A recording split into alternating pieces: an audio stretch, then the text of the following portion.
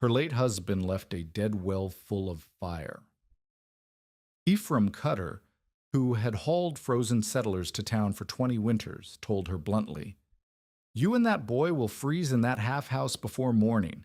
She had $18, a 6-year-old son, and no way to cut the 6 cords of wood she needed. On November 19th, 1888, the temperature dropped 50 degrees in 3 hours. But 4 months earlier, Clara Vale had never managed a claim alone in her life. She had arrived in Custer County in late June of 1888 with her husband Jonah and their 6-year-old son Eli, 3 months after Jonah's brother had written to say the claim was theirs if they wanted it. The brother had given up. Grasshoppers in 86, drought in 87, and a wife who refused to spend another winter watching the horizon for storms that could bury a house in hours. He sold Jonah the improvements for $40 and the promise of a letter if the land ever turned kind. The improvements amounted to a 1-room frame house with a lean-to kitchen that had no roof, a dugout root cellar half collapsed from spring melt, a well that had gone dry the previous August, and a mule too old to pull a breaking plow but too stubborn to die. The nearest stand of timber worth cutting lay 11 miles northeast, along a creek that flooded in spring and froze solid by November. The nearest market town with a rail siding sat 9 miles south, and the road turned to black mud after any serious rain. Clara had known none of this when she agreed to come west.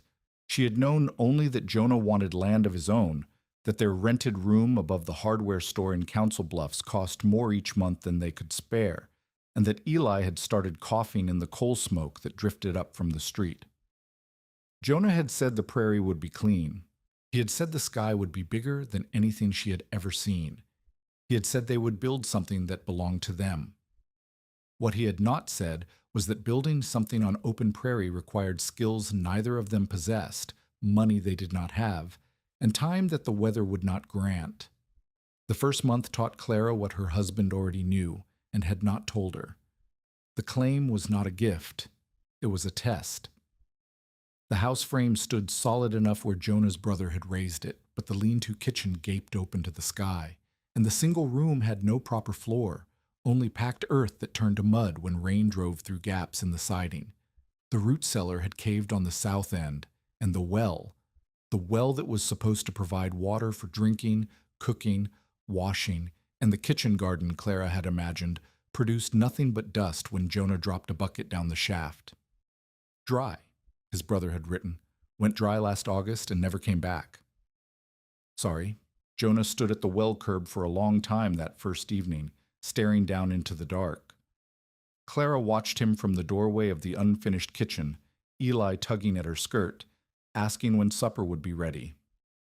"The creek's not far," she said. "We can haul water." 11 miles, Jonah said. "Each way." "There must be a closer source." "There's a neighbor with a good well 3 miles east, the Bell place. We can trade labor for water until I find another source." Clara did not ask what would happen if he did not find another source. She had learned in the first week of marriage that Jonah did not answer questions about failure. He answered questions by working until the problem no longer existed. By the end of July, he had patched the lean-to roof with salvaged lumber and tar paper, laid a rough plank floor in the main room, and repaired the root cellar well enough to store the few vegetables Clara managed to coax from the hard ground. He had also walked the property twice, testing the soil with a hand auger every 50 feet, looking for any sign of water closer than the Bell place 3 miles off. He found nothing, but on the second walk, he found something else. The low spot sat in the northwest corner of the claim, 60 yards from the house, where the land dipped slightly toward a dry wash that ran with snowmelt in spring and lay empty the rest of the year. Jonah crouched there for an hour one afternoon, digging with his hands, pressing his palm to the exposed soil, holding clumps of earth to his nose. "What are you looking for?" Clara asked.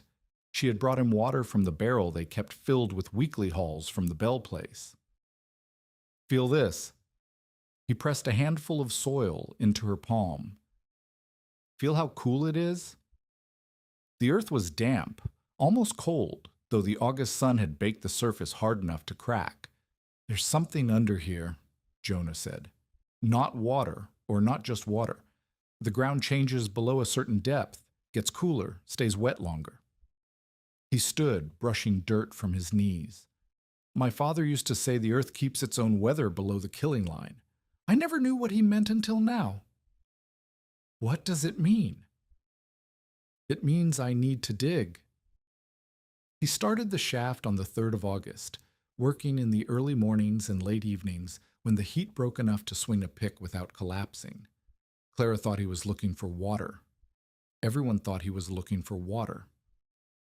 When Ephraim Cutter rode past on his way to town and saw Jonah shoulder deep in a hole, he stopped his horse and watched for a full minute before speaking. "That's not well ground," Cutter said. He was 61 years old, a former Army teamster who had hauled freight across Kansas during the war and buried 2 wives and a son to the winters since settling in Nebraska. His face looked like it had been carved from the same hardpan Jonah was digging through. "Too close to the wash. You'll hit sand at 12 feet and lose your walls." "I'm not looking for water," Jonah said. "Then what are you looking for?" Jonah paused, leaning on his pick. "Space." Cutter stared at him for a long moment. "You're digging for space?" "Yes, sir." "Son, you've got 160 acres of space. It's all around you."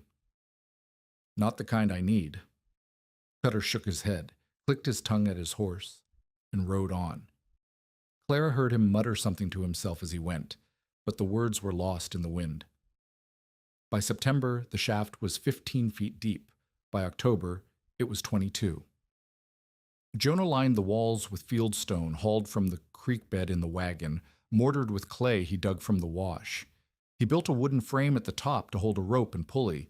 He cut ladder rungs into the stone facing every 2 feet, reinforcing them with iron spikes traded from a passing freighter for a day's labor. The work consumed him. He rose before dawn and dug until full dark. His hands split and bled. His shoulders knotted with strain. He lost weight he could not afford to lose, and the cough he had brought from Council Bluffs settled deeper into his chest. Clara watched and said nothing. She tended Eli. She hauled water from the Bell Place when Jonah was too deep in the hole to make the trip. She cooked what she could from their dwindling stores and counted the coins in the jar on the shelf above the stove. $43 in August, $31 in September, $24 in October. The wood they had brought from Council Bluffs was nearly gone. The exposed stack beside the house held perhaps 1½ cords of cottonwood and hedge apple, cut green and not yet seasoned. It would burn, but poorly. It would smoke and spit and give half the heat of proper hardwood. "We need fuel," Clara said one evening in late October. "Real fuel, enough to last the winter." Jonah looked up from the bowl of thin soup she had set before him. His face was gray with exhaustion, his eyes rimmed with red. The cough had worsened. Each breath rattled in his chest like stones in a dry well. "I know," he said. "How much do we need?" 6 cords minimum, 8 to be safe." "And how much do we have?" 1½ maybe less if the rain gets to it. Clara felt the cold move through her chest, though the stove still held embers from supper. "Can we buy more?" "At $8 a cord for greenwood, 12 for seasoned." Jonah shook his head. "We'd need $60 just to survive. We don't have it." "Then what?" "I'm almost there," he said. "Another few feet and I'll hit the depth I need. Then I can start the side work." "The side work?" Jonah smiled, and for a moment he looked like the man she had married, the man who had promised her the sky would be bigger than anything she had ever seen. "Trust me, Clara. I'm building something that will keep us alive when nothing else can." He finished the shaft on the 2nd of November, 30 feet deep, 6 feet across, stone-lined and solid, with ladder rungs descending into darkness, and a pulley frame at the top strong enough to bear 300 pounds. But he did not stop there. 20 feet down, he cut a door into the shaft wall. a heavy plank door, reinforced with iron straps, set into a timber frame he had shored with railroad ties traded from the same freighter who had given him the iron spikes. Beyond the door, he dug sideways. A tunnel, a chamber, 50 feet long, 6 feet wide, high enough to crouch and move but not to stand. Timber shored every 4 feet, with drainage lips cut into the floor to carry moisture away from the stored goods. Stored goods. Clara did not understand until the afternoon Jonah called her to the shaft and told her to climb down. "I can't leave Eli alone," she said. "He's asleep. This will only take a minute." She descended the ladder rungs, her skirt catching on the rough stone, her hands slick with fear. The air changed as she went deeper, cooler, stiller. The wind that had been tearing across the prairie above fell silent at the shaft rim and did not follow her down. At 20 feet, she saw the door. Jonah had already opened it. Lantern light spilled from beyond. "Come in," he said. She ducked through the frame and straightened as much as the low ceiling allowed, and then she understood. The chamber was full of wood, cord after cord of split hickory and oak, stacked in tight ricks along both walls, filling the tunnel from the door to the far end she could not see in the lantern's reach. Dry wood, seasoned wood, wood that had been cut and cured somewhere else and brought here by methods she did not know and could not imagine. "Jonah," she breathed. "How?" "I've been trading," he said. "All summer, all fall. Every time I rode to town, I traded labor for wood instead of cash. Every time a freighter passed through, I asked what they could spare. Every time I went to the Bell place for water, I cut timber on the way back and stored it here before anyone could see." "Why here? Why underground?" He pressed her palm to the chamber wall. The stone was cool and dry. "Feel that," he said. "The ground keeps its own weather below the killing line. Up on the surface, wood freezes. It ices over after sleet. It gets buried in drift and you can't reach it when you need it most. But down here the storm can't touch it. The temperature stays steady. The fuel stays dry." Clara looked at the stacked ricks, the careful arrangement, the sheer impossible volume of fuel hidden beneath their feet, while everyone on the prairie thought her husband was wasting his time digging a dry well. "How much?" she asked. 40 cords, maybe more." 40 cords. Enough to heat the house for 5 winters. Enough to cook 3 meals a day until Eli was grown. Enough to survive anything the weather could send. "Jonah," her voice broke. "Jonah, this is what I was building," he said. "Not a well, not a grave, a woodshed that the prairie can't take away from us."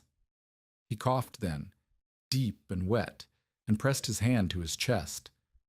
Clara saw the blood on his lips before he turned away. 3 days later, the cut on his hand, the one he had gotten driving spikes into the shaft wall 2 weeks before, turned red at the edges and began to smell of rot. 2 days after that, the fever took him. Clara sent Eli to the Bell place to ask for help. Martha Bell came that evening with her husband and a bottle of whiskey for the pain. Ephraim Cutter arrived the next morning with a look on his face that told Clara everything she needed to know. "Blood poisoning," Cutter said. "Seen it 100 times on the freight trails. Once the red lines start running up the arm, there's nothing to do but wait." "Wait for what?" Clara asked. Cutter did not answer.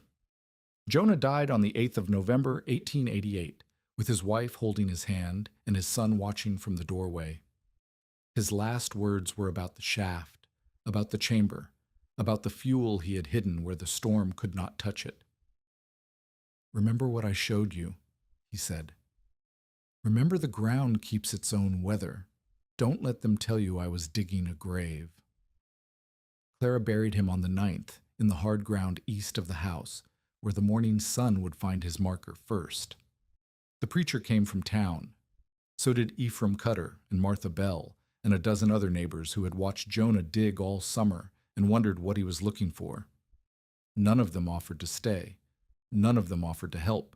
They left Clara with $18 in coin and store credit, one 6-year-old son, one dying mule, one unfinished house, and a shaft in the northwest corner of the claim that everyone in Custer County called the worst mistake a settler could make. The burial supper was sparse: salt pork, cornbread, and weak coffee, but Clara had prepared it because that was what you did when someone died, and people came to pay respects. She stood by the stove in the lean-to kitchen, watching the men eat in silence, and the women whisper in the corner by the window, and waited for someone to offer the words that would tell her what to do next. No one did. Ephraim Cutter finished his cornbread, set down his plate, and walked outside without a word. Clara followed. She found him standing at the edge of the yard, staring at the shaft in the gathering dark. "You need to know something, Mrs. Vale," he said without turning. "I've been in this country since '68. I've seen men die of cold, and women die of grief, and children die of nothing at all but the wind that comes down from the north when the temperature drops faster than you can move. I've hauled frozen bodies to town after the January storms, and I've watched families give up in March because they couldn't face another year of it. Mr. Cutter, let me finish." He turned to face her.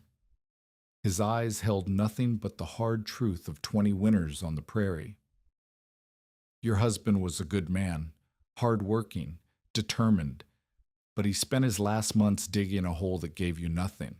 No water, no root cellar worth the name, nothing but a 30-foot shaft that everyone who sees it thinks is proof that he lost his senses before he died." "He didn't. I'm not finished." Cutter walked toward the shaft, his boots crunching on the frost-hardened ground. Clara followed.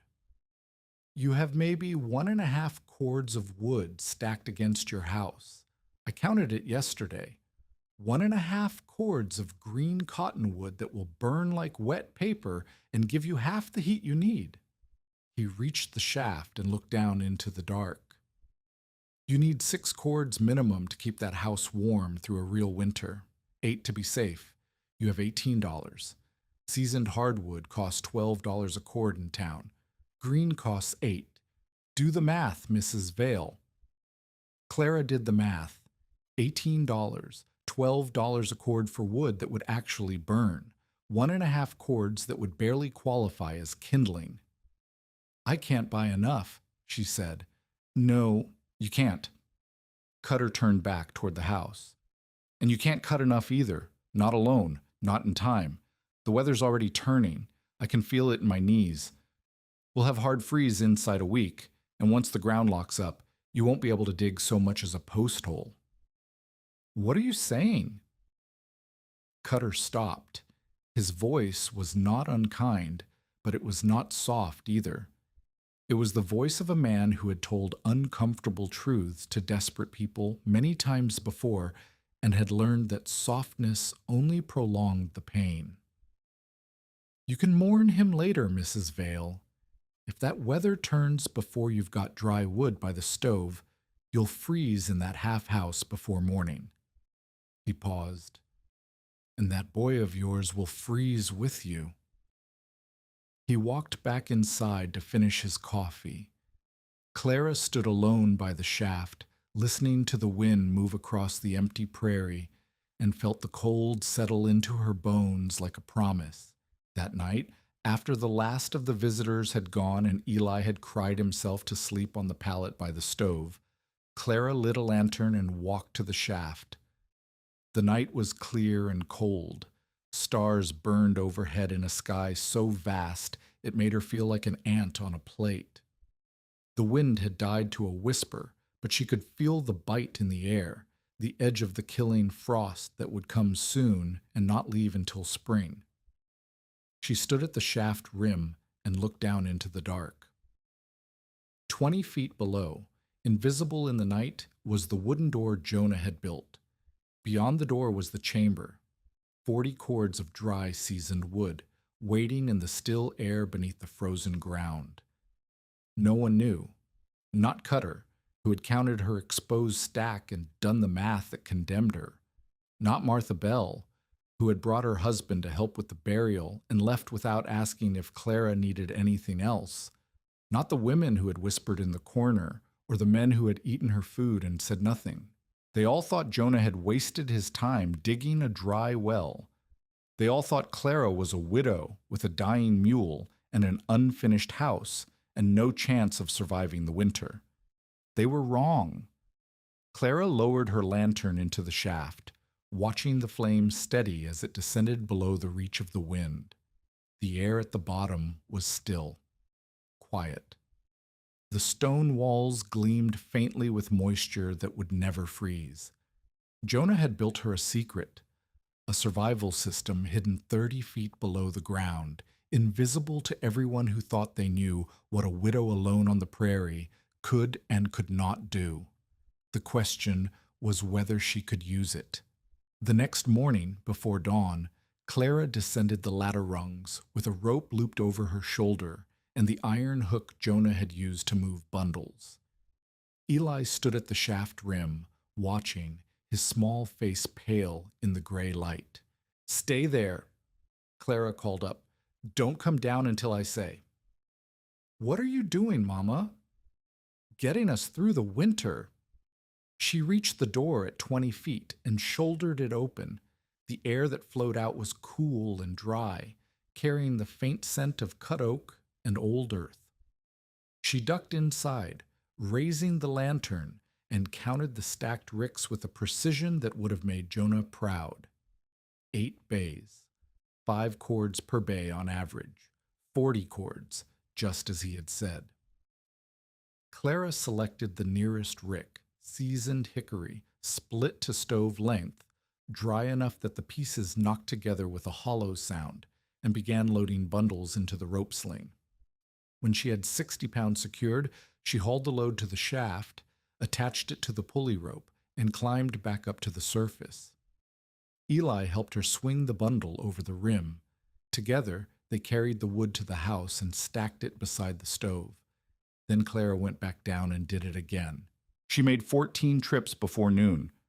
Her arms shook, her shoulders burned, her palms, soft from months of cooking and mending instead of hauling, split open and bled onto the rope. But by the time the sun reached its peak, she had 2 days' worth of dry fuel staged inside the house, another week's worth stacked under the lean-to where the weather could not reach it, and enough left in the chamber to last until spring. She sat on the porch step, breathing hard, watching Eli play in the yard with the stick-figure horse he had made from kindling scraps. The wind was picking up again. The temperature was dropping. But for the first time since Jonah's death, Clara did not feel the cold as a threat. She felt it as a test she might actually pass.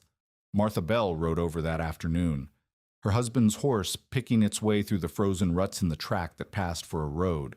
"I saw smoke from your chimney," Martha said as she dismounted. "Wasn't sure you'd have enough wood to keep a fire going." "I found some," Clara said. "Found it where?" Clara hesitated.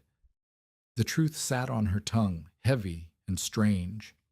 "My husband built a secret chamber underground and filled it with 40 cords of wood that no one knew about. But she did not say it, not yet, not until she understood how the truth would land. "Jonah left more than people thought," she said instead. Martha looked at her for a long moment. "Clara, I've seen your woodpile. So has everyone else. You've got 1.25 cords of green cottonwood that's going to smoke like a brush fire and burn out by Christmas. If you've got more hidden somewhere, you need to tell people. Pride won't keep you warm." "It's not pride." "Then what is it?" Clara stood. "Come with me." She led Martha to the shaft. Martha stopped at the rim and looked down, her face shifting from curiosity to confusion. "Jonah's well," Martha said. "The dry one. What about it?" "It's not a well." "Then what is it?" "Look closer." Clara lit a lantern and lowered it into the shaft. Martha leaned over the rim, watching the light descend. At 20 feet, the flame caught the edge of the wooden door set into the shaft wall. What in God's name? Come down with me. They descended together, Clara first, Martha following with the careful movements of someone who had never climbed into a dark hole before. At the door, Clara shouldered it open and led Martha into the chamber. Martha's gasp echoed off the stone walls. She stood frozen in the entrance, staring at the stacked ricks, the shored timbers, the impossible volume of fuel hidden beneath the frozen prairie. 40 cords, Clara said. Maybe more. Jonah spent all summer collecting it, trading for it, hiding it down here where the weather couldn't touch it. But Martha's voice cracked. But everyone said he was digging a dry well. Everyone said he wasted his time. Everyone said I would freeze in my half-house before morning. Clara ran her hand along the nearest rick, feeling the smooth grain of seasoned hickory. They were wrong. Martha was quiet for a long time. When she finally spoke, her voice was thick with something Clara could not name. How did he know? Martha asked. How did he know to do this? He said the ground keeps its own weather below the killing line. He said surface wood can freeze. It can ice over after sleet. It can get buried in drift. But down here, Clara gestured at the still air, the cool stone, the dry fuel that would burn hot and clean when everything above ground turned to ice. Down here, the storm can't touch it. Martha shook her head slowly. And you've been hauling it up by yourself. Yes. With rope and a pulley and no help. Yes. Your hands are bleeding, Clara. I know. Martha reached out and took Clara's hands in her own. Her grip was rough and warm, the grip of a woman who had worked hard earth for years and knew what it cost. You should have told someone, Martha said. I wasn't sure anyone would believe me.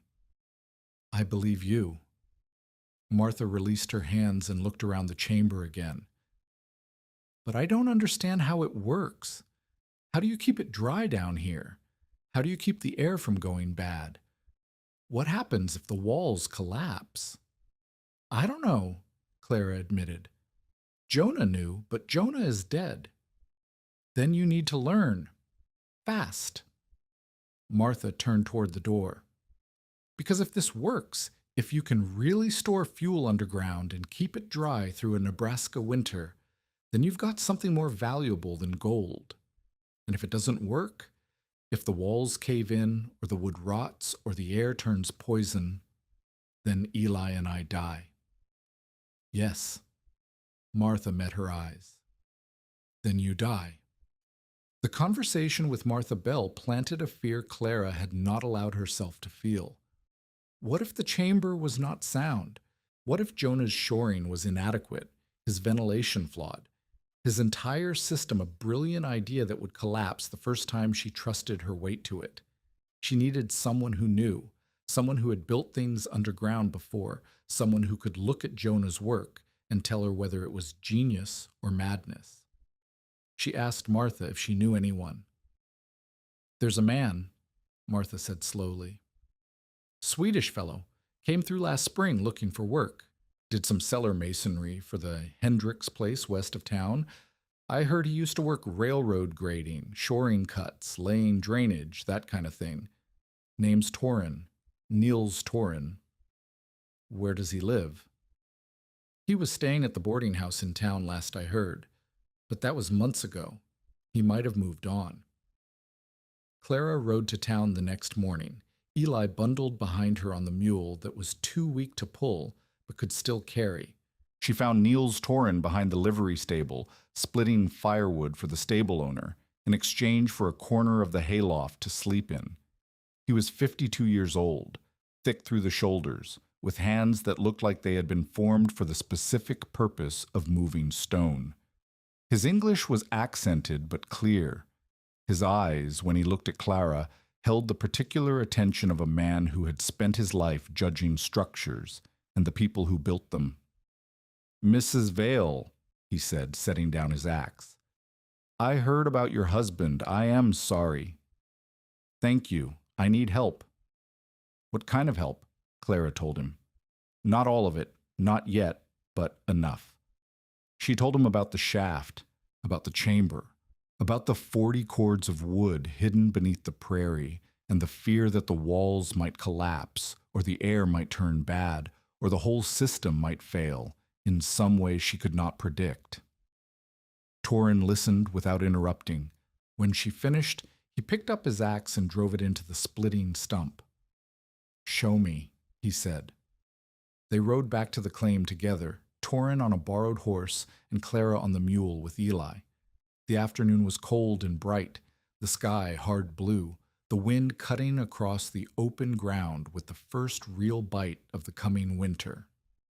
At the shaft, Torin stood at the rim for a long time, studying the frame, the pulley, the rope coiled beside the opening. Then he descended without a word, moving down the ladder rungs with the easy confidence of a man who had spent years in holes deeper than this one. Clara followed. Eli stayed above, watching. In the chamber, Torin moved slowly, running his hands along the walls, tapping the timber shoring with his knuckles, pressing his palm to the stone and holding it there.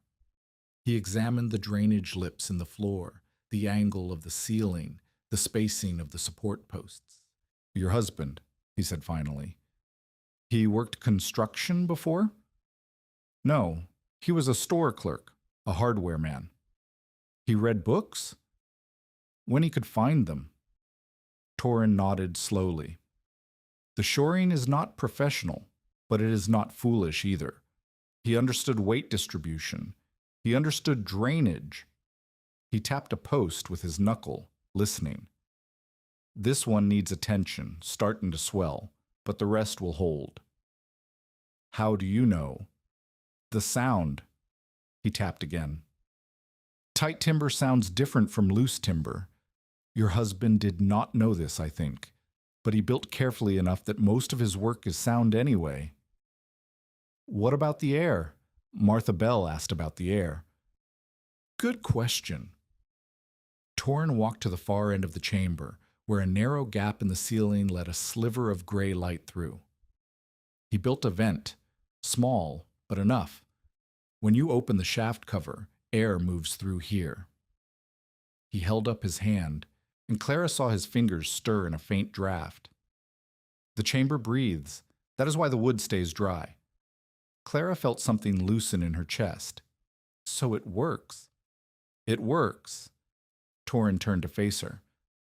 But it needs maintenance. The swelling post I mentioned. The vent. You need to check it after every storm. Make sure ice does not seal it. The rope you use for hauling, I saw the fraying near the pulley. Replace it before it breaks. Can you teach me? Torin studied her for a long moment. Why should I? Because my husband is dead and my son is 6 years old, and I have $18 and the weather's coming, and if I do not learn how to use what Jonah built, we will die. You could sell the claim. Take the boy east. I could. Clara met his eyes. But I won't. Something shifted in Torin's expression. Not softness. He did not look like a man who dealt in softness, but recognition.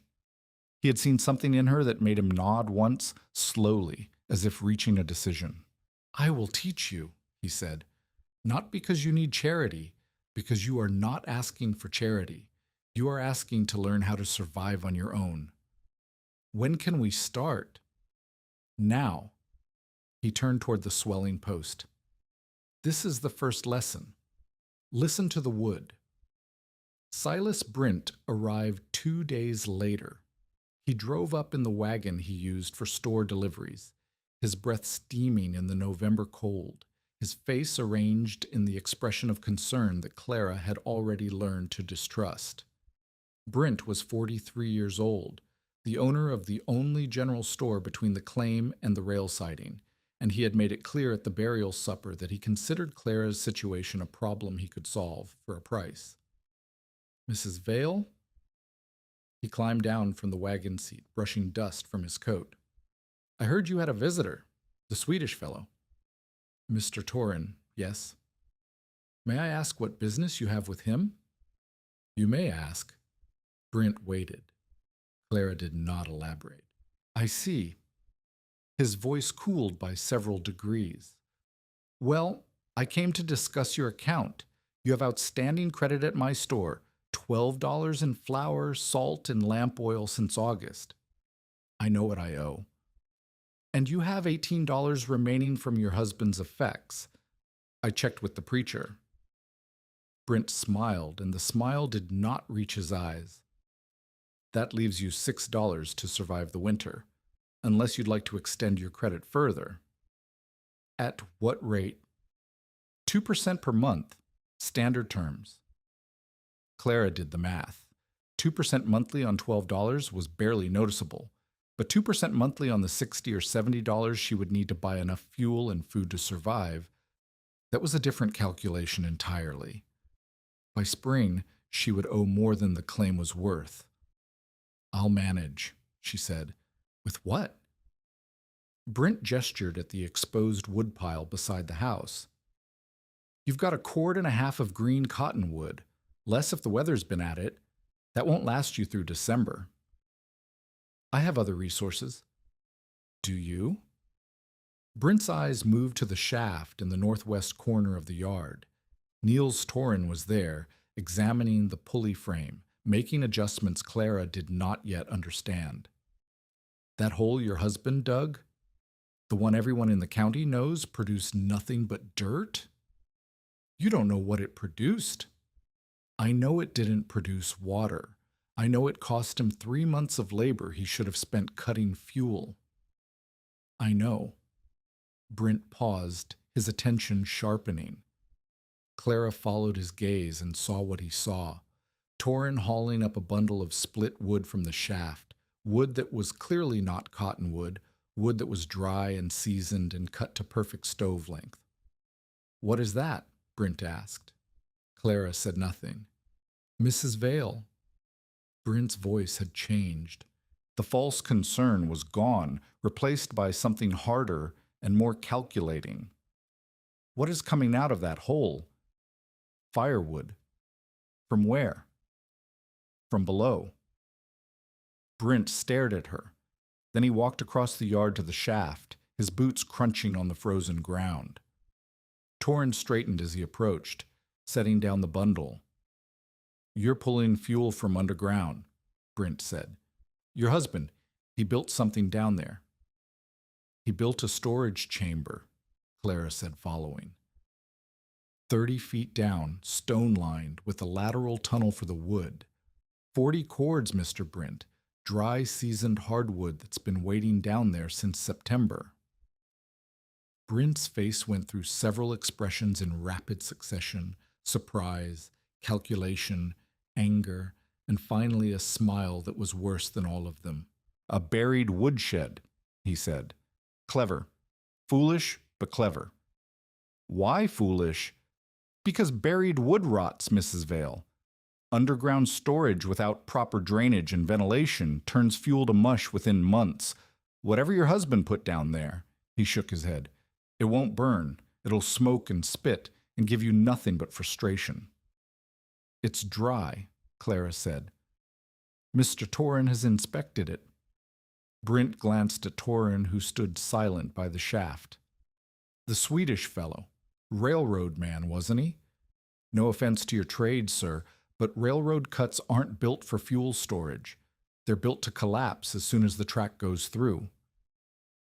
This chamber will not collapse, Torin said quietly. I have seen the shoring. It is sound. Sound, Brent laughed. That's what they all say, until the first hard freeze, when the ground shifts and the timbers crack and the whole thing comes down on whoever's foolish enough to be inside it. He turned back to Clara. I'm offering you a fair deal, Mrs. Vale. Credit at reasonable rates. Fuel delivered to your door, real fuel, surface cut, properly seasoned. A chance to survive the winter without gambling your life on a dead man's hole. And if I refuse? Then I suppose we'll see whether your husband's buried woodshed works as well as you think it does. Brent's smile sharpened. And if it doesn't, if you find yourself trapped in a collapsed tunnel or frozen in a house with nothing but rotten wood to burn, don't say I didn't warn you. He climbed back into his wagon. My offer stands, Mrs. Vale, for now. Think about it. He drove away without looking back. Clara stood by the shaft, watching until the wagon disappeared over the first ridge, her hands shaking with something that might have been cold or might have been anger. He wants you to fail, Torrin said quietly. I know. If you fail, he takes the claim, the improvements, the mule and wagon. I know. He will not help you, no matter what he says. Clara turned to face him. Then we had better make sure I don't fail. The next 10 days became a rhythm of descent and labor. Clara woke before dawn, fed Eli, and left him with strict instructions to stay inside while she worked. She descended the shaft with rope and hook, loaded bundles of hickory and oak from the chamber, and hauled them to the surface one load at a time. Torrin worked beside her when he could, teaching her to inspect rope for fraying, to tap posts for swelling, to read the flame of a lantern for signs of bad air. But Torrin could not be there every day. He had other work to do, other debts to pay, other obligations that kept him away from the claim for hours at a time. When he was gone, Clara worked alone. Her body paid the price. Her palms, which had begun to heal, split open again and again. Her shoulders knotted with strain until she could barely lift her arms above her head. She lost weight she could not afford to lose, and the meals she prepared for Eli grew smaller as she gave him more and kept less for herself. By the 15th of November, she had staged enough fuel to last through Christmas. By the 17th, she had begun the process of weatherproofing the shaft opening, a heavy wooden cap with leather hinges, sealed with tar, designed to shed snow and rain while still allowing the rope to pass through a central gap. But the weather was not waiting for her to finish. On the evening of the 18th, the wind shifted. Clara felt it as she climbed out of the shaft after her last haul of the day, a change in pressure, a bite in the air that had not been there that morning. She looked west and saw the sky turning the color of a fresh bruise. "Storm coming," Torrin said. He had ridden over that afternoon to check her progress. "Bad one, by the look of it." "How long?" "Tomorrow, maybe sooner." He studied the sky with the practiced eye of someone who had spent decades reading weather. "That color means sleet first, then snow. Temperature will drop fast once the front hits." Clara looked at the shaft cap, still not fully sealed, at the exposed woodpile beside the house, still not fully protected, at the lean-to kitchen roof, which had begun to leak in the last rain. "I need more time," she said. "The weather does not negotiate," Torrin replied. "Finish what you can tonight. Stage fuel inside the house as much as you can carry. If the shaft ices over or the drift buries the opening, you need enough to survive until you can dig out." "And if I can't dig out?" Torrin was quiet for a moment. "Then you burn what you have and pray." He rode away as the first stars appeared. Clara worked through the night. By midnight, Clara had carried 19 bundles of split hickory into the main room of the house and stacked them against the wall farthest from the stove. She had sealed the shaft cap as well as she could with tar and leather, leaving only the rope gap open for emergency access. She had dragged the exposed woodpile, the green cottonwood everyone had counted and dismissed, under the lean-to and covered it with canvas weighted down with stones. Her arms trembled, her back screamed. Her hands, wrapped in strips of torn petticoat, left bloody smears on everything she touched. But she was ready, or as ready as she could be. Eli slept through it all, curled on his pallet by the stove, his breathing slow and even. Clara watched him for a long moment before she allowed herself to collapse onto her own bed. He looked so small, so fragile, so utterly dependent on her ability to do what everyone said could not be done. She slept for 3 hours. Then the wind woke her. The morning of November 19th dawned warm, unseasonably warm. Clara stepped outside to check the shaft cap and felt sweat prickle on her forehead despite the early hour. The sky was the color of old milk, flat and featureless, the sun a pale smear behind clouds that seemed to press down on the earth like a hand. "Mama?" Eli appeared in the doorway, rubbing sleep from his eyes. "Why is it so hot?" "It's not hot, sweetheart. It's just strange." "Is the storm coming?" Clara looked west. The clouds there were darker, moving fast, piling on top of each other like waves approaching a shore. "Yes, the storm is coming." She fed Eli breakfast corn mush with the last of the molasses and set him to work stacking kindling by the stove while she made her final preparations. She checked the rope. She checked the shaft cap. She checked the staged fuel inside the house, counting bundles, calculating days. 19 bundles. At 3 bundles per day in severe cold, that gave her 6 days of fuel without touching the chamber. 6 days to survive whatever was coming. It would have to be enough. Martha Bell rode over at mid-morning, her face tight with worry. "The pressure's dropping," she said without dismounting. "Amos says he's never felt it drop this fast. Not in 15 years on the prairie." "How bad?" "Bad." Martha's horse shifted nervously, picking up on its rider's tension. "The old-timers are talking about 73, the Easter storm. Said the temperature dropped 60 degrees in 6 hours and killed cattle standing in the fields." Clara felt the warmth of the morning press against her skin like a lie. "What should I do?" "Get inside. Stay inside. Don't open the door for anything until it passes." Martha looked at the shaft cap visible across the yard. "And pray that buried wood of yours is as dry as you think it is." She rode away before Clara could respond. The clouds to the west had grown darker still, and the wind was beginning to shift. Ephraim Cutter arrived an hour later. He did not dismount. He sat his horse at the edge of the yard and watched Clara emerge from the house with the same flat expression he had worn at the burial supper. "Mrs. Vale, Mr. Cutter, I came to check on you."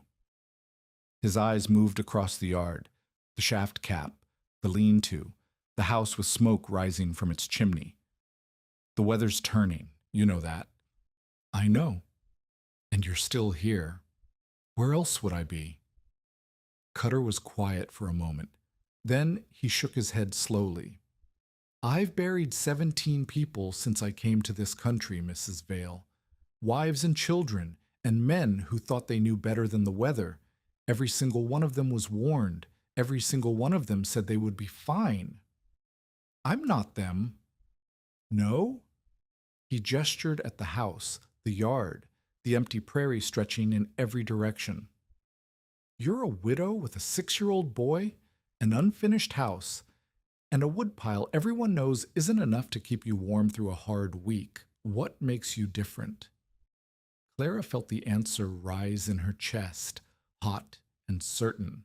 She wanted to tell him about the chamber, about the 40 cords of dry fuel waiting 30 feet below, about Jonah's genius and her own determination, and the fact that she had already survived more than he knew. But she did not. Something held her back, caution perhaps, or the instinct that telling Cutter would mean telling everyone, and telling everyone would mean Silas Brent would know exactly how much leverage he had lost. "I have resources you haven't counted," she said instead. "Resources." Cutter's voice was flat. "Mrs. Vale, I counted your woodpile myself. 1.5 cords of green cottonwood. That's not resources. That's kindling." "Then I suppose we'll see who's right." Cutter stared at her for a long moment. Then he gathered his reins. I hope you're not a fool, Mrs. Vale, for your boy's sake, if not your own. He rode away into the thickening clouds. Clara watched him go, her hands clenched at her sides, her jaw tight with all the words she had not said. The temperature began to drop at 2 o'clock in the afternoon. Clara felt it first as a chill that crept through the gaps in the siding, a coldness that seemed to seep up from the floor and down from the ceiling at the same time. She checked the thermometer Jonah had hung by the door, a cheap tin thing he had bought in Council Bluffs, and watched the red line fall. 62 degrees at 2 o'clock, 54 degrees at 2:30, 41 degrees at 3. The warmth of the morning was gone. In its place came a cold that felt personal, intentional, as if the weather itself had decided to test everything Clara had built. At 3:15, the sleet began. It came sideways, driven by a wind that had shifted from south to north in the space of a breath. Clara heard it first as a rattle against the windows, a sound like gravel thrown against glass. Then the temperature dropped again, and the sleet became something harder, something that struck the walls of the house with the sound of 1,000 tiny fists. "Mama?" Eli's voice was small, frightened. He had retreated to his pallet by the stove, pulling the blanket up to his chin. "What's happening?" "A storm, sweetheart. Just a storm." "It sounds angry." Clara crossed to the stove and added 2 splits of hickory to the fire. The wood caught immediately, burning hot and clean, filling the room with warmth that pushed back against the cold, seeping through every crack and gap in the walls. "It is angry," she said, "but we're safe in here. We have food and fuel and each other. The storm can't hurt us." She hoped she was telling the truth. By 4 o'clock, the thermometer read 23 degrees. The sleet had turned to snow, hard, dry snow, that the wind drove horizontal across the yard, piling in drifts against the house, the lean-to, the shaft cap. Clara watched from the window, her breath fogging the glass. The world outside had become a white blur, visibility dropping to nothing, the yard she had crossed 100 times in the past 2 weeks now as foreign as the surface of the moon. She could not see the shaft. She could not see anything beyond the first few feet of porch. The fire crackled behind her. Eli coughed, a small sound almost lost in the roar of the wind, and Clara turned. "Are you all right, sweetheart?" Eli nodded, but his face was pale, his eyes too bright. Clara crossed to him and pressed her hand to his forehead. Hot. Too hot. "Mama, I don't feel good." Clara's heart clenched. Not now. Not in the middle of the worst storm she had ever seen, with no way to reach a doctor, no way to reach help of any kind. "Lie down," she said, keeping her voice steady. "I'll make you some tea." She boiled water on the stove and steeped the last of the willow bark she had saved from autumn. The tea was bitter, but Eli drank it without complaint, his small hands wrapped around the cup, his body shivering despite the warmth of the fire. By 5 o'clock, he was coughing in earnest, a deep barking cough that seemed to tear at his chest with every breath. By 6, he had stopped eating. By 7, he was too weak to hold his own cup, and Clara had to lift his head and tip the tea into his mouth 1 sip at a time. The thermometer read 9 degrees. The storm showed no sign of stopping, and Clara's staged fuel, 19 bundles of split hickory, was burning faster than she had calculated. She made her first trip to the shaft at 8 o'clock. The decision was not easy. Leaving Eli alone, even for the 10 minutes it would take to reach the shaft, descend, load fuel, and return, it felt like abandonment. But the alternative was worse. If she waited until morning, she might not have enough fuel to keep the fire burning through the night. And if the fire went out, if the cold took hold of the house, Eli would not survive until dawn. She bundled him in every blanket she owned, stoked the fire until the stove glowed red, and kissed his forehead. "I'll be right back," she said. "Don't move. Don't open the door. I'll be right back." "Mama."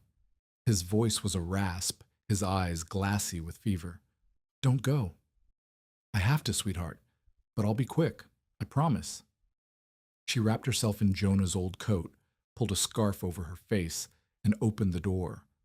The cold hit her like a physical blow. The wind tore the door from her hands and slammed it against the wall. Snow drove into the house, into her face, into her lungs with every breath. She could not see. She could not breathe.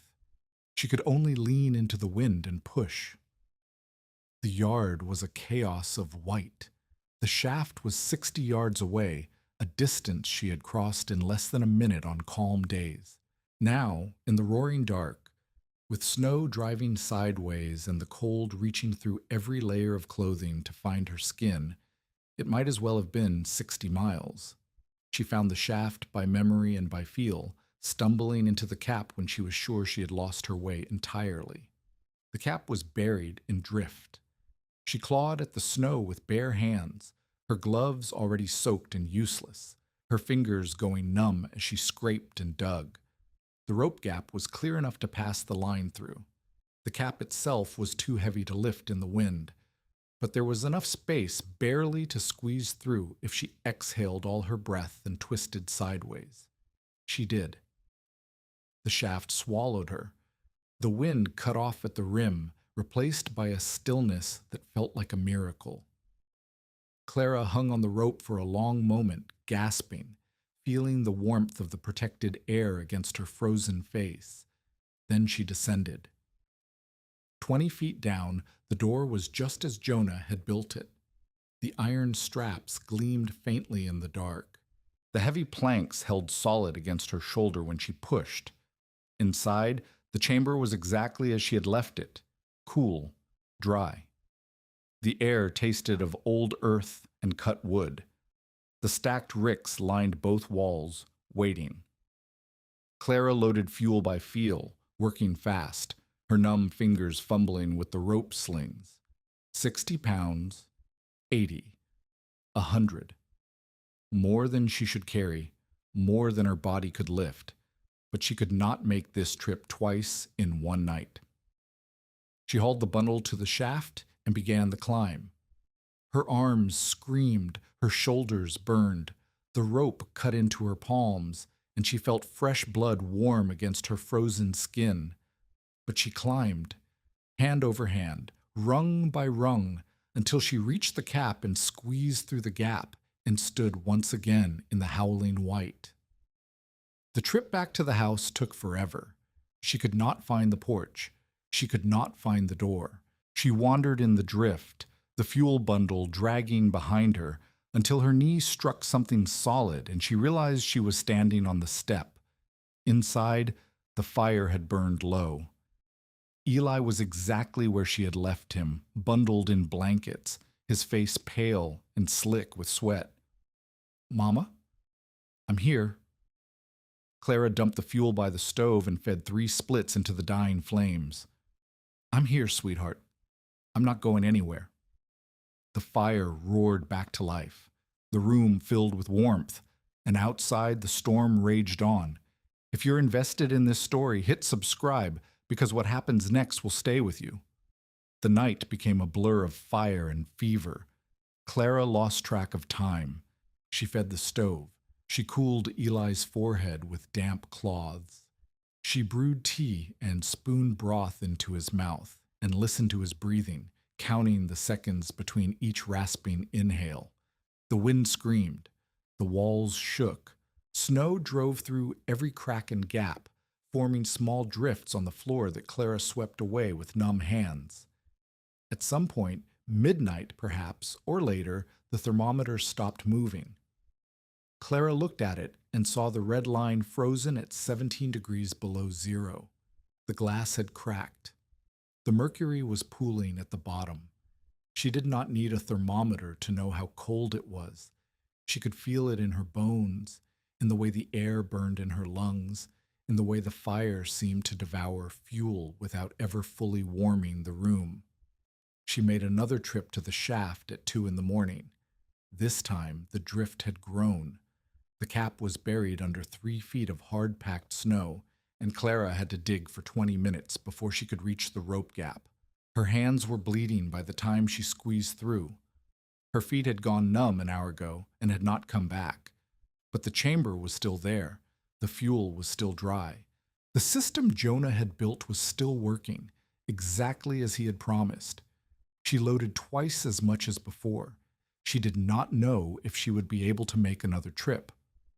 Dawn came gray and furious. The storm had not stopped.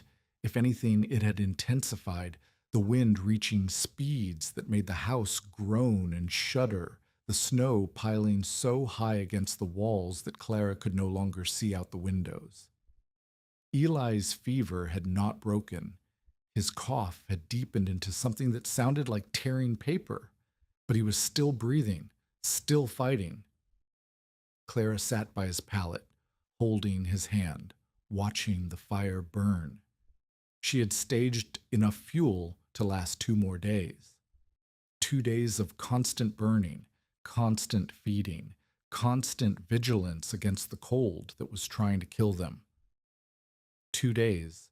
If the storm lasted longer, she would have to go back to the shaft, and she was not sure she could make the trip again. The storm broke on the afternoon of the 20th. Clara did not believe it at first. The silence, after so many hours of roaring wind, felt like a trick. She stood at the window, staring at the world outside, and tried to understand what she was seeing. White. Everything was white. The yard, the lean-to, the shaft, all buried under drifts that rose to the eaves of the house in some places. The sky was still gray, but the clouds were higher now, thinner, and the wind had died to a whisper. She opened the door. The cold was still brutal, 20 below, at least by the feel of it, but the air was still. The world was quiet. The storm was over. "Mama?" Eli's voice was weak but clear, clearer than it had been all night. Clara turned. Eli was sitting up on his pallet, the blankets pooled around his waist, his face still pale, but his eyes no longer glassy with fever. "How do you feel, sweetheart?" "Hungry." Clara laughed.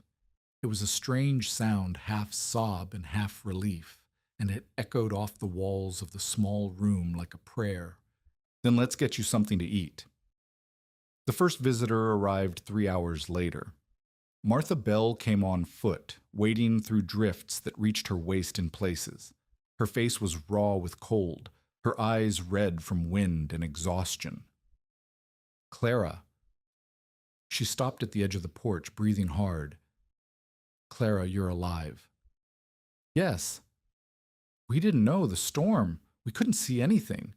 Martha's voice broke. "Amos said there was no way. He said the widow with the dry well, she'd be frozen before morning." "I'm not frozen." "I can see that."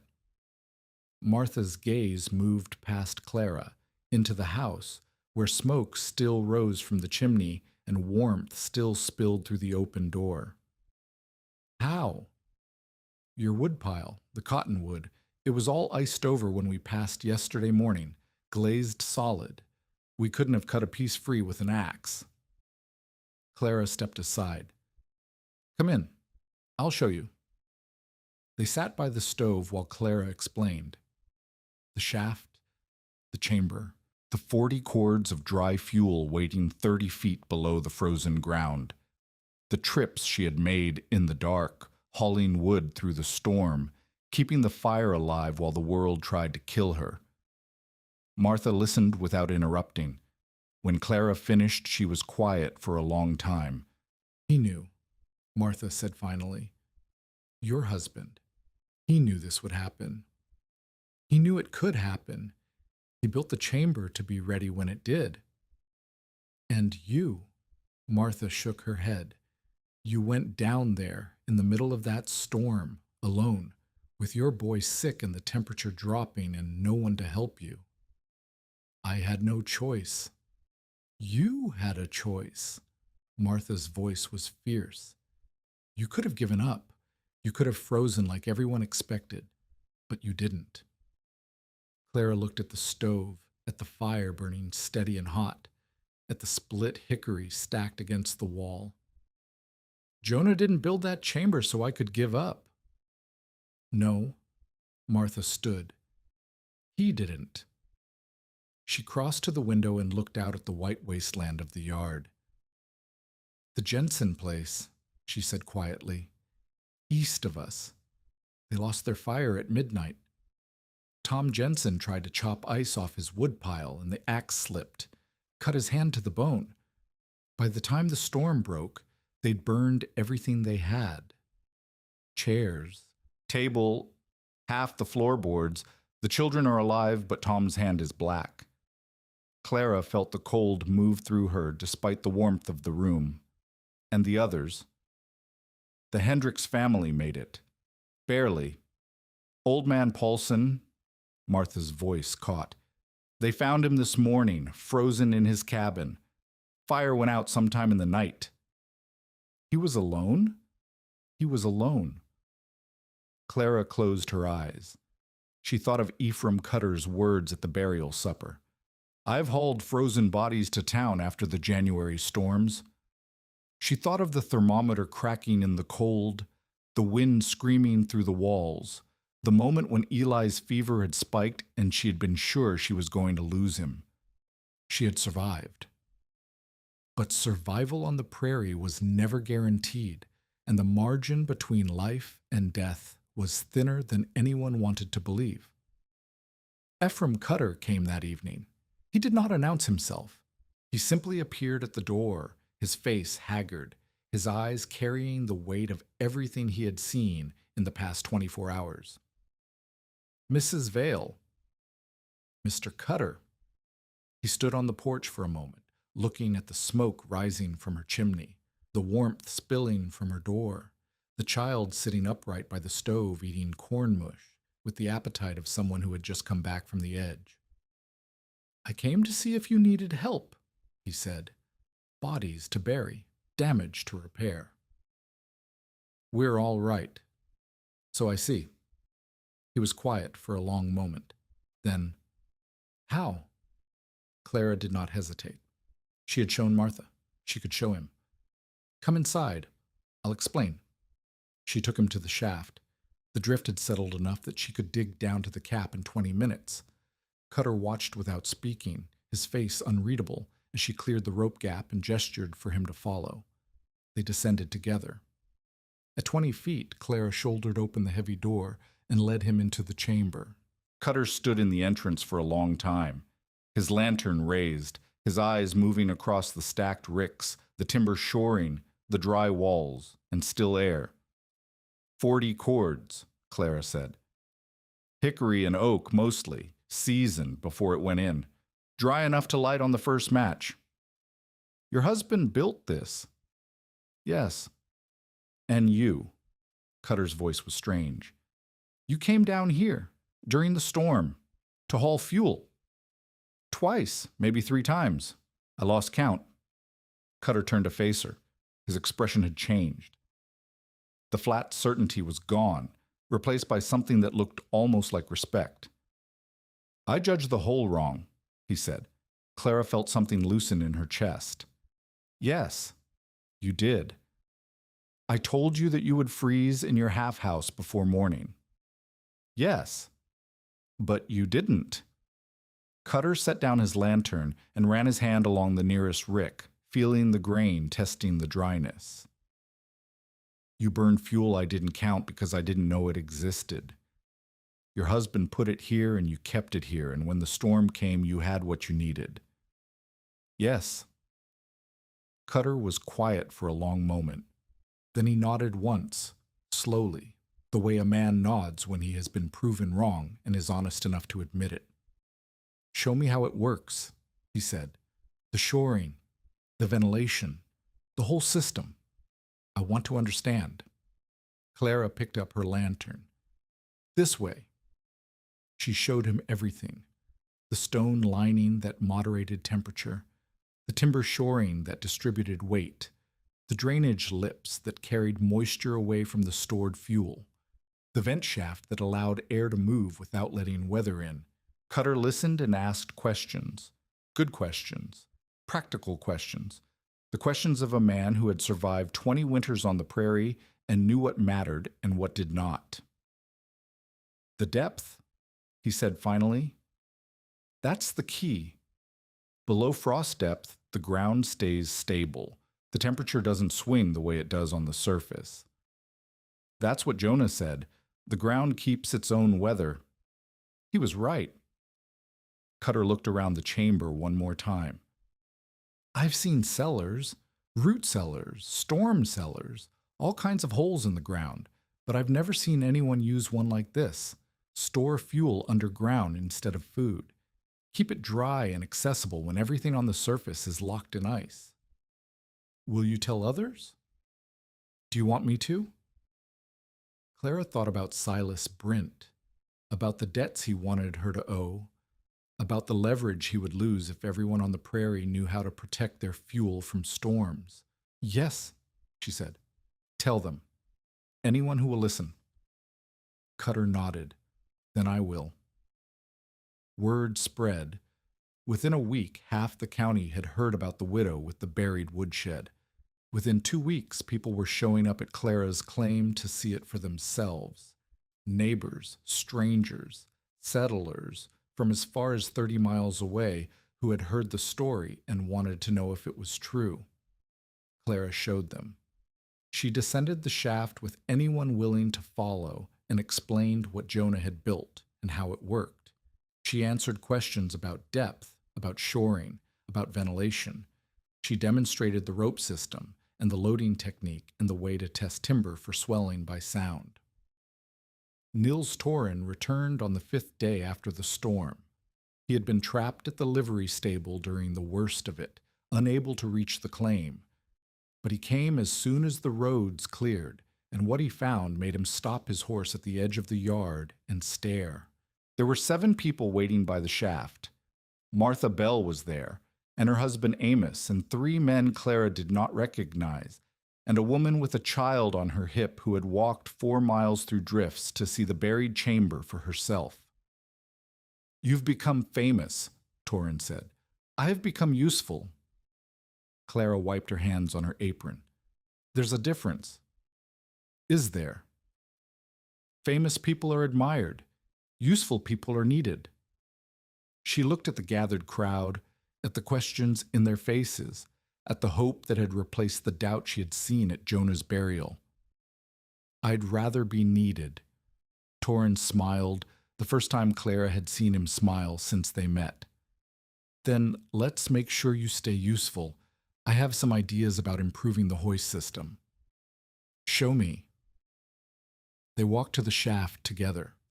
The crowd parted to let them through, and somewhere in the back of Clara's mind, she heard Jonah's voice, quiet and certain, telling her what he had always known. The ground keeps its own weather below the killing line. He had been right, and now, because of what he had built and what she had done with it, others would learn the same lesson. The storm had tried to kill her. It had failed. And the next storm, and the storm after that, and all the storms that would come in the years ahead, would find her ready.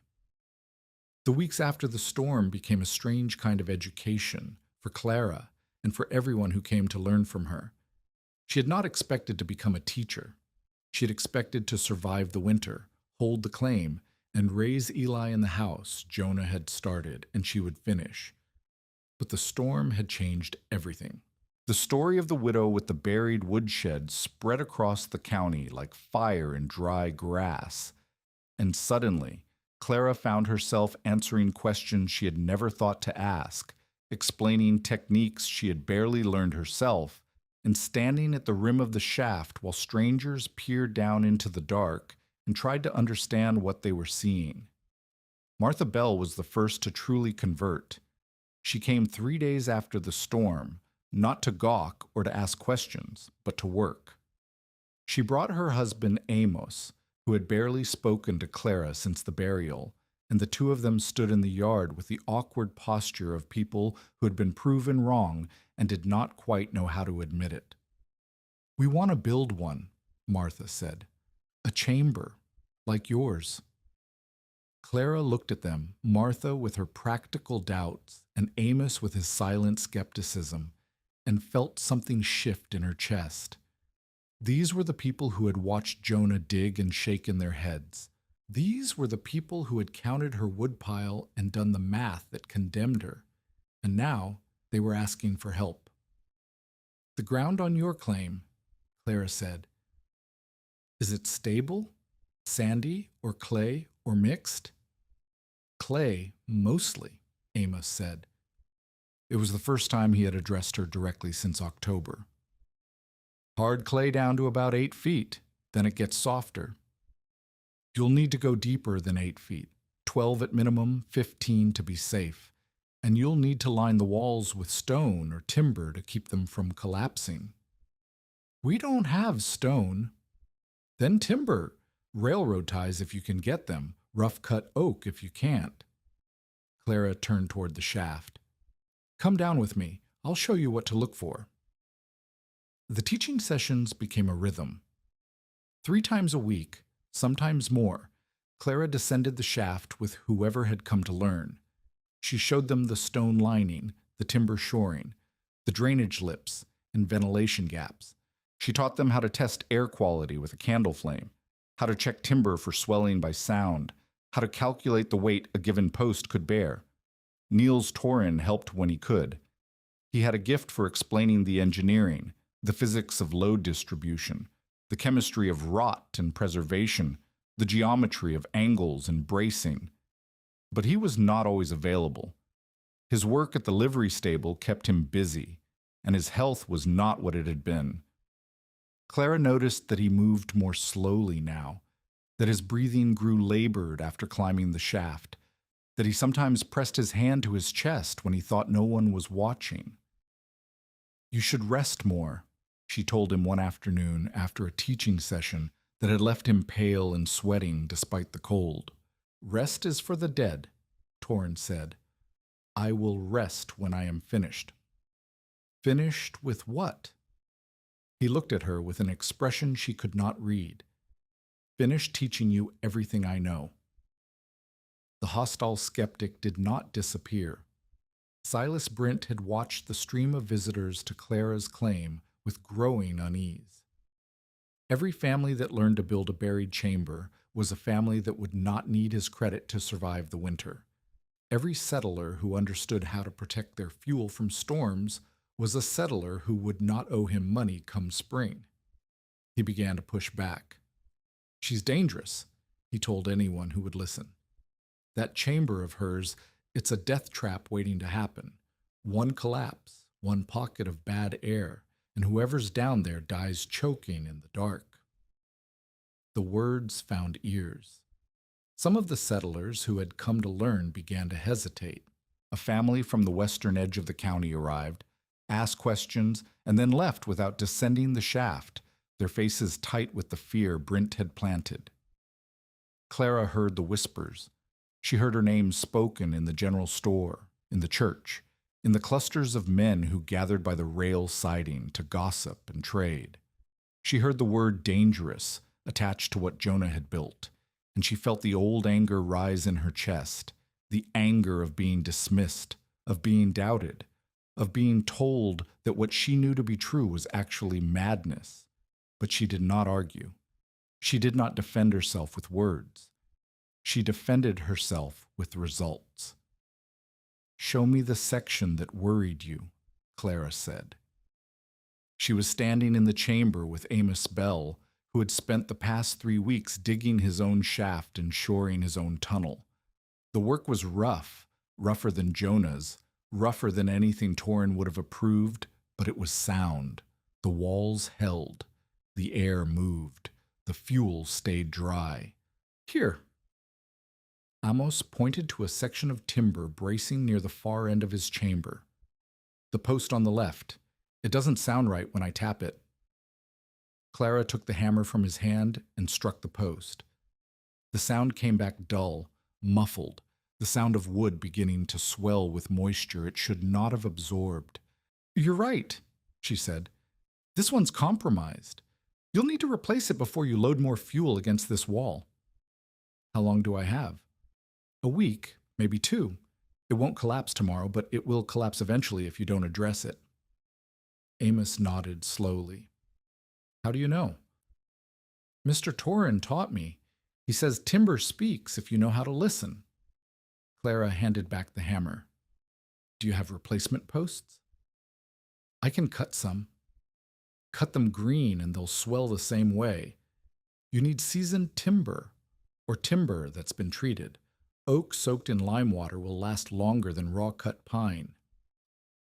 Amos looked at her with an expression that had changed since October. The skepticism was gone. In its place was something that looked almost like respect. "You know more than I expected," he said. "I know what I've been taught, and what I've learned by doing." "Your husband," Amos paused, choosing his words carefully. "We thought he was wasting his time, digging that hole all summer when he should have been cutting fuel. We thought he was touched in the head." "I know what you thought. We were wrong." The admission cost him something. Clara could see it in the set of his jaw, the way he would not quite meet her eyes. He was building something we didn't understand, and you figured out how to use it when it mattered. Clara felt the old grief stir in her chest, the grief she had pushed aside during the storm and the teaching and the endless work of surviving. Jonah should have been here. Jonah should have been the one explaining timber sounds and drainage lips and ventilation gaps. Jonah should have seen the respect in Amos Bell's eyes, the conversion from skeptic to believer. But Jonah was dead, and the work he had started was hers to finish. "Help me teach the others," she said. "You've built a chamber now. You know what the work costs. Help me show people that it can be done." Amos nodded. "I will." By December, 6 families had started digging. Not all of them finished before the ground froze too hard to work. Not all of them built chambers as large or as well engineered as Jonah's, but they built something. They learned the principles. They understood, for the first time, that survival on the prairie was not just about how much fuel you owned. It was about whether that fuel would still burn when the weather turned violent. Clara watched the change happen and felt something she had not expected. Pride. Not pride in herself, exactly, but pride in what Jonah had seen and what she had made real. Every family that built a chamber was a family that might survive a storm like the one that had nearly killed her. Every settler who learned to protect their fuel was a settler who would not become another frozen body hauled to town after the January storms. But pride was dangerous. Pride could blind you to what was still wrong. And something was still wrong with Niels Torrin. She found him one morning in early December, sitting on a stump behind the livery stable, his breath coming in short, shallow gasps. The temperature was only slightly below freezing, warm for the season, but he was shivering, his face gray, his hands trembling. "Mr. Torrin." Clara crouched beside him. "What's wrong?" "Nothing." He tried to stand and failed. "A moment of weakness. It will pass." "How long has this been happening?" "Some time." He would not meet her eyes. "The cold gets into my chest. It has done so for years." "Why didn't you tell me?" "Because there is nothing to be done." Torrin's voice was flat, matter of fact. "I have had this cough since I worked the railroad cuts in '63. The doctors in Omaha said the stone dust settled in my lungs. They said it would kill me eventually." "And you came out here anyway? To dig in the cold, to teach me, to be useful." Torrin looked at her then, and his eyes held something fierce and clear. "I have been useful all my life, Mrs. Vale. I have built things that lasted. I have taught men who taught other men. When I die, and I will die, sooner rather than later, I want to know that what I knew did not die with me." Clara felt tears prick at her eyes. She blinked them back. You taught me. Yes. And I taught others. Yes. Then you've already done what you wanted. You've already passed it on. Torrin smiled a thin, tired smile that did not reach his eyes. Not quite. There are things I have not shown you yet. Things about foundation work, about drainage, about how to read soil before you dig. You know enough to survive, but not enough to teach others well. Then teach me. I intend to. He took a deep breath, steadied himself, and rose to his feet. But not today. Today I need to rest. Tomorrow we work. They worked through December and into January, despite the cold, despite Torrin's worsening health. They worked. He taught her to read soil composition by color and texture. He taught her to calculate drainage angles and load-bearing tolerances. He taught her the differences between limestone, sandstone, and granite, and which worked best for what purpose. They built together, too, a smaller demonstration chamber on the edge of Clara's claim, designed to show visitors the principles without requiring them to descend 30 feet into the earth. The improved hoist system with counterweights and safety catches, a shaft collar that could be sealed quickly in an emergency. And somewhere in the work, the teaching relationship changed. Clara began to notice that Torrin asked her opinion more often. He deferred to her judgment on questions of timber selection. He let her take the lead during teaching sessions, and only corrected her when she made actual errors. You are ready, he told her one evening in late January, as they sat by the stove in her house and watched Eli sleep. You know enough now to teach without me. I'm not ready. You are. His voice was gentle but certain. I have seen you explain things I never explained. You understand the principles well enough to apply them in situations I never anticipated. That is mastery, Mrs. Vale, not memorization. Application. Clara shook her head. I still need you. You want me. That is different. Torrin coughed, a deep, wet cough that seemed to tear at his chest. I have taught you everything essential. The rest, the details, the refinements, the tricks of the trade, you will learn by doing, as I did, as every builder does. What are you saying? I am saying that my time is short. He met her eyes. I can feel it in my chest. The winter is hard on me. I do not think I will see another. You can't know that. I can. His voice was calm. I have felt this feeling before in other men. The tiredness that does not lift, the cold that settles in the bones and does not leave. I am dying, Mrs. Vale. I have been dying for years, but the end is closer now than it was. Clara felt the grief rise in her chest, different from the grief she had felt for Jonah, but no less real.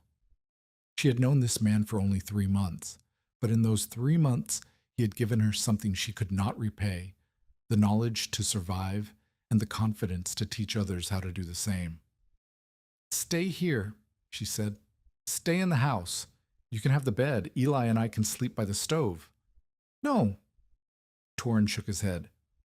I will not be a burden. You're not a burden. You're... She stopped. What was he? A teacher? A friend? A substitute for the husband she had lost? I will stay at the livery stable, Torrin said. It is warm enough, and if the end comes, when the end comes, it will come in a place where I have worked. That is fitting. It's not fitting, it's stubborn and proud, and it is my choice. His voice was firm. Respect it. Clara wanted to argue. She wanted to insist, but she looked at his face, the hard lines, the tired eyes, the stubborn set of his jaw, and she understood that this was a battle she could not win. At least let me visit, she said. Let me bring you food. Let me check on you.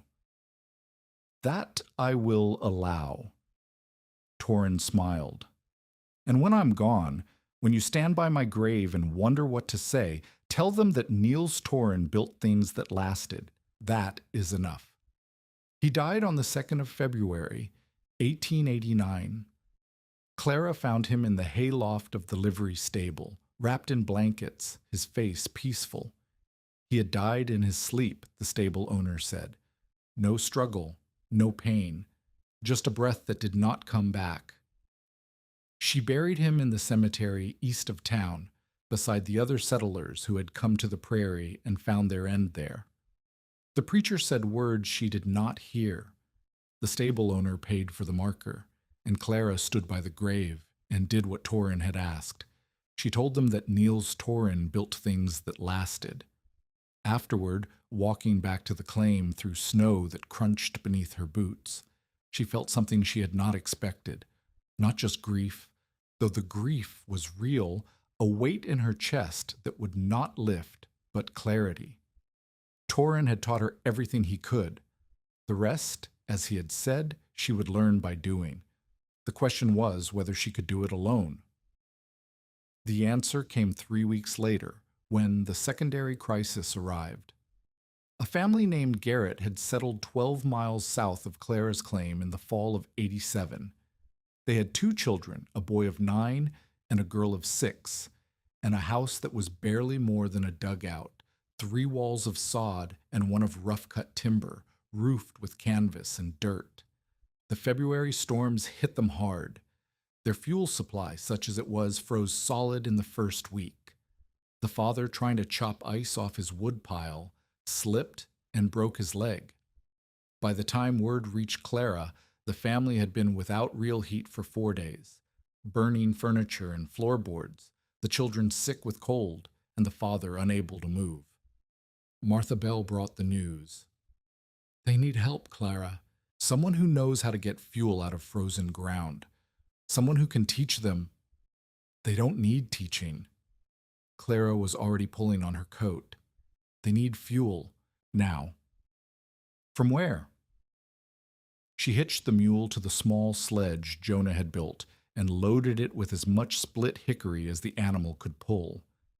20 bundles, enough to keep a family warm for 2 weeks if they burned carefully. The trip south took 4 hours through drifts that reached the mule's belly in places.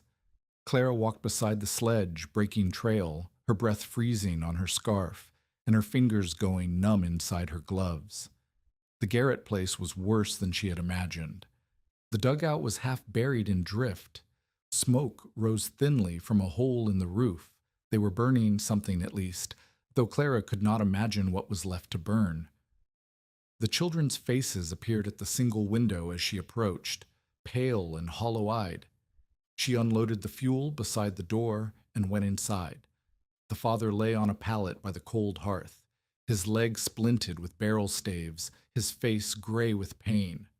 The mother crouched over the last embers of what had been a chair, trying to coax heat from wood that was too wet to catch.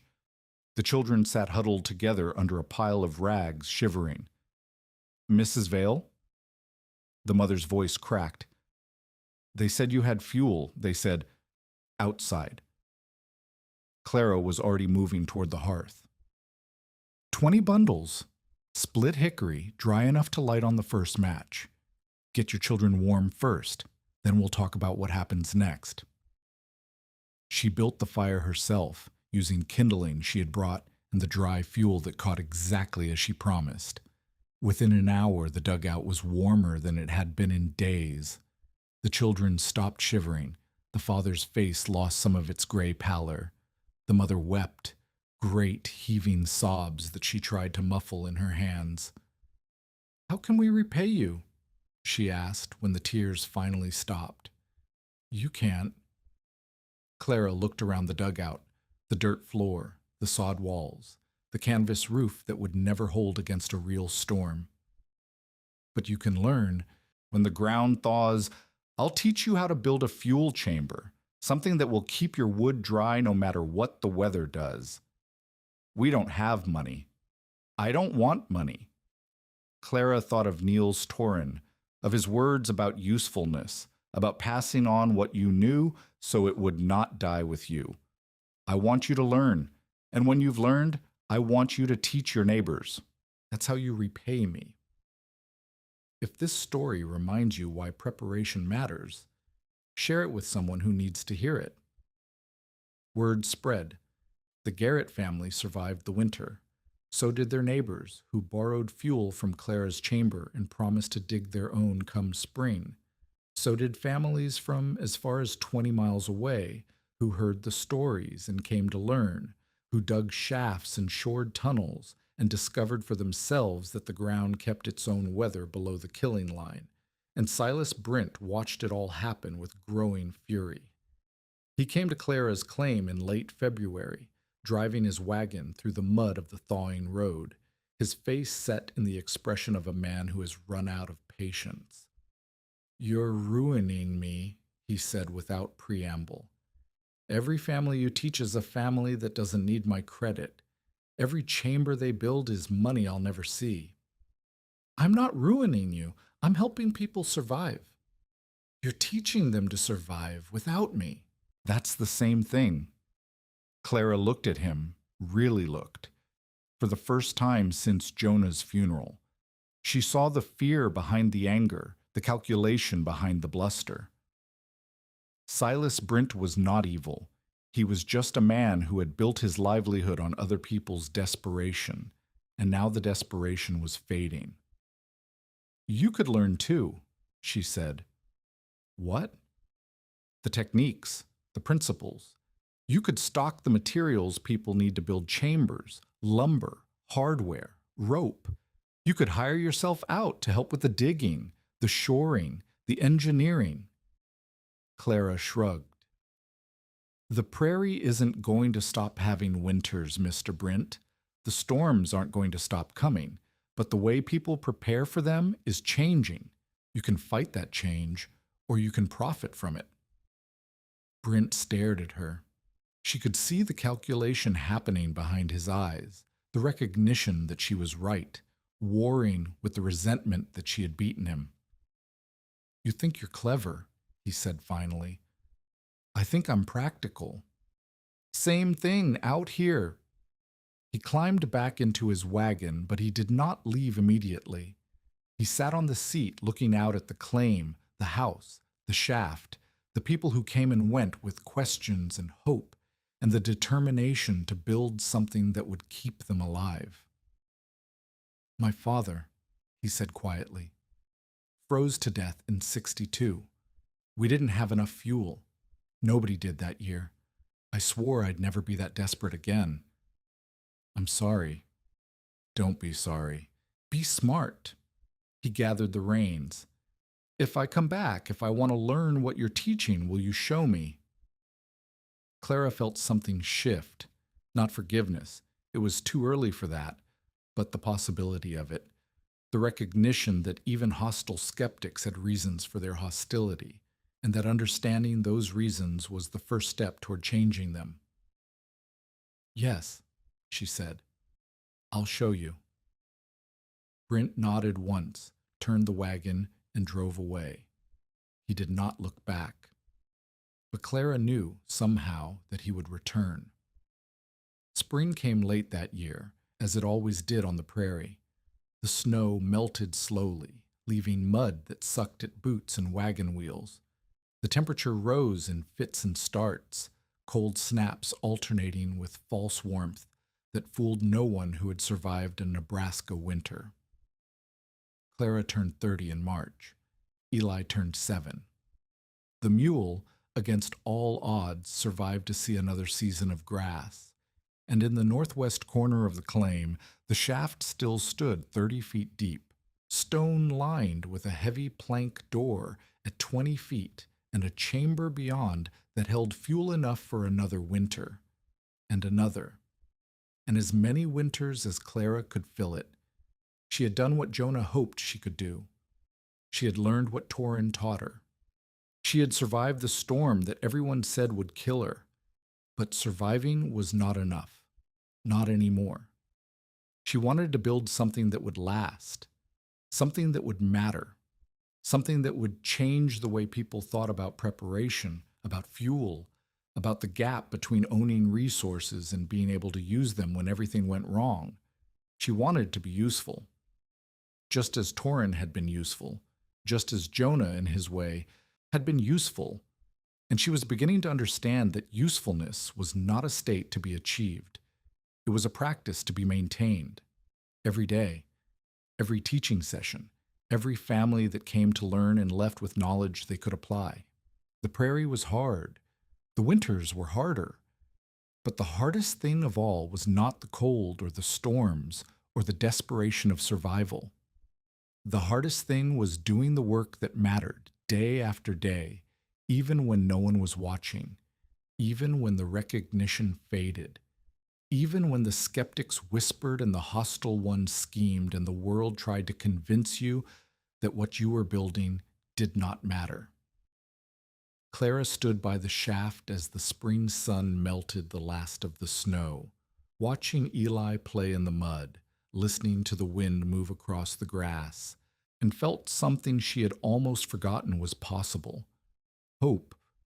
Not the desperate hope of survival. Something quieter. Something stronger. The hope of someone who had learned what she could do and was ready to keep doing it.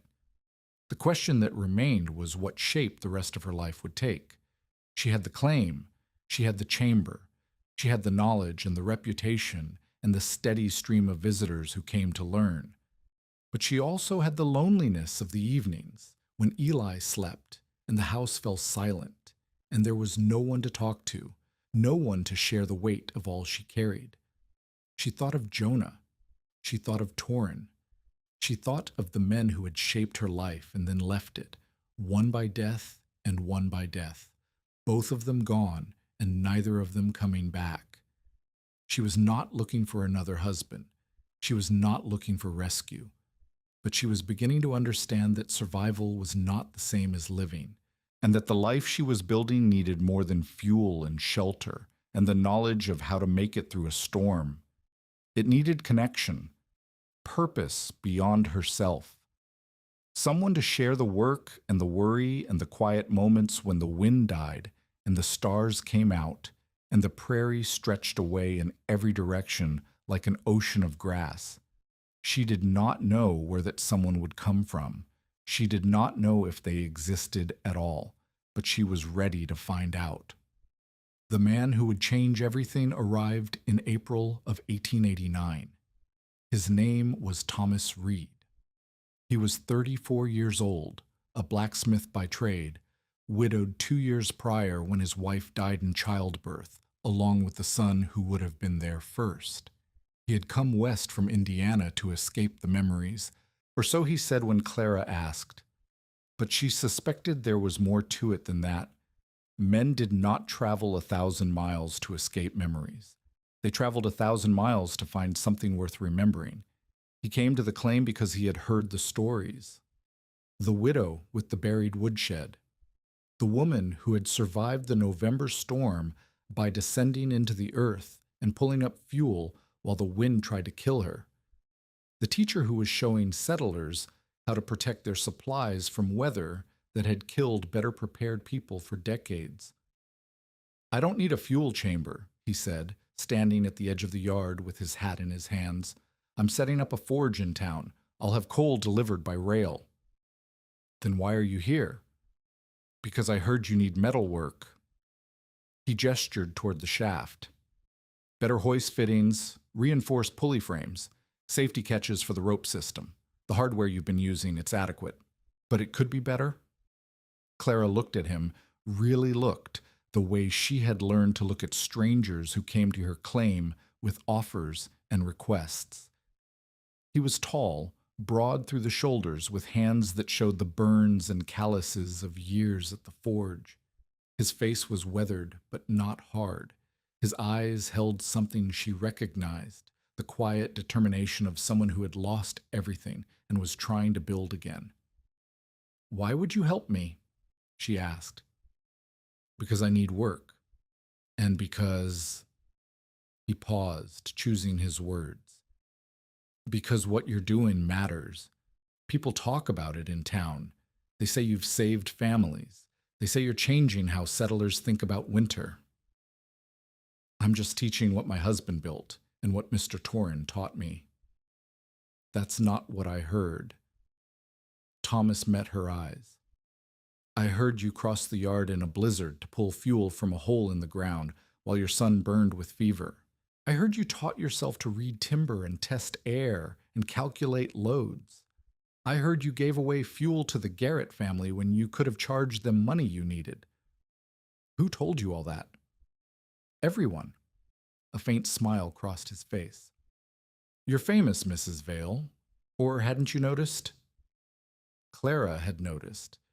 She had noticed the way people looked at her in town, the way conversations stopped when she entered the general store, the way Silas Brent's face tightened whenever she passed his counter. But she had not thought of it as fame.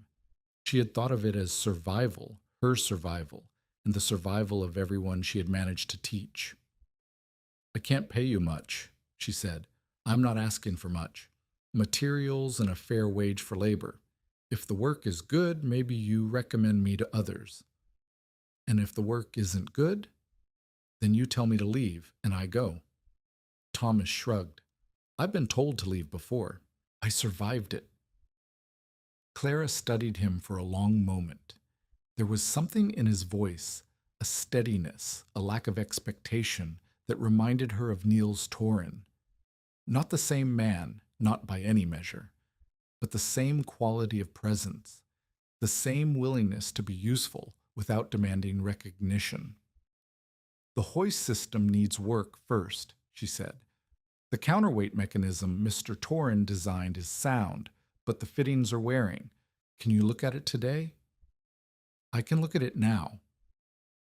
They walked to the shaft together, and something shifted in Clara's chest.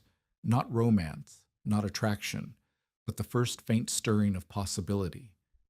The recognition that she did not have to do everything alone. Thomas Reed worked on the claim for 3 weeks. He replaced the hoist fittings with forged iron that would not rust or wear. He built a new pulley frame with reinforced bearings and safety catches that would stop the rope from slipping even if the operator lost their grip. He designed a shaft collar that could be sealed in seconds, keeping weather out while still allowing rapid access when weather cleared. But more than the metalwork, he worked alongside Clara. He descended the chamber with her to assess the timber shoring. He helped her teach the families who came to learn, holding demonstrations while she explained principles. He played with Eli in the evenings, showing the boy how to shape hot iron on a portable anvil, letting him pump the bellows and feel the heat of the forge. Clara watched these interactions and felt something she had not expected: ease. Thomas did not try to take charge. He did not assume that his presence meant she needed rescue. He simply worked, and when the work was done, he stayed because staying felt natural. Your husband, he said one evening as they sat on the porch watching the sun set over the prairie. He must have been a remarkable man. He was stubborn. He was brilliant. He was terrible at explaining what he was doing until after he had done it. Sounds like a craftsman.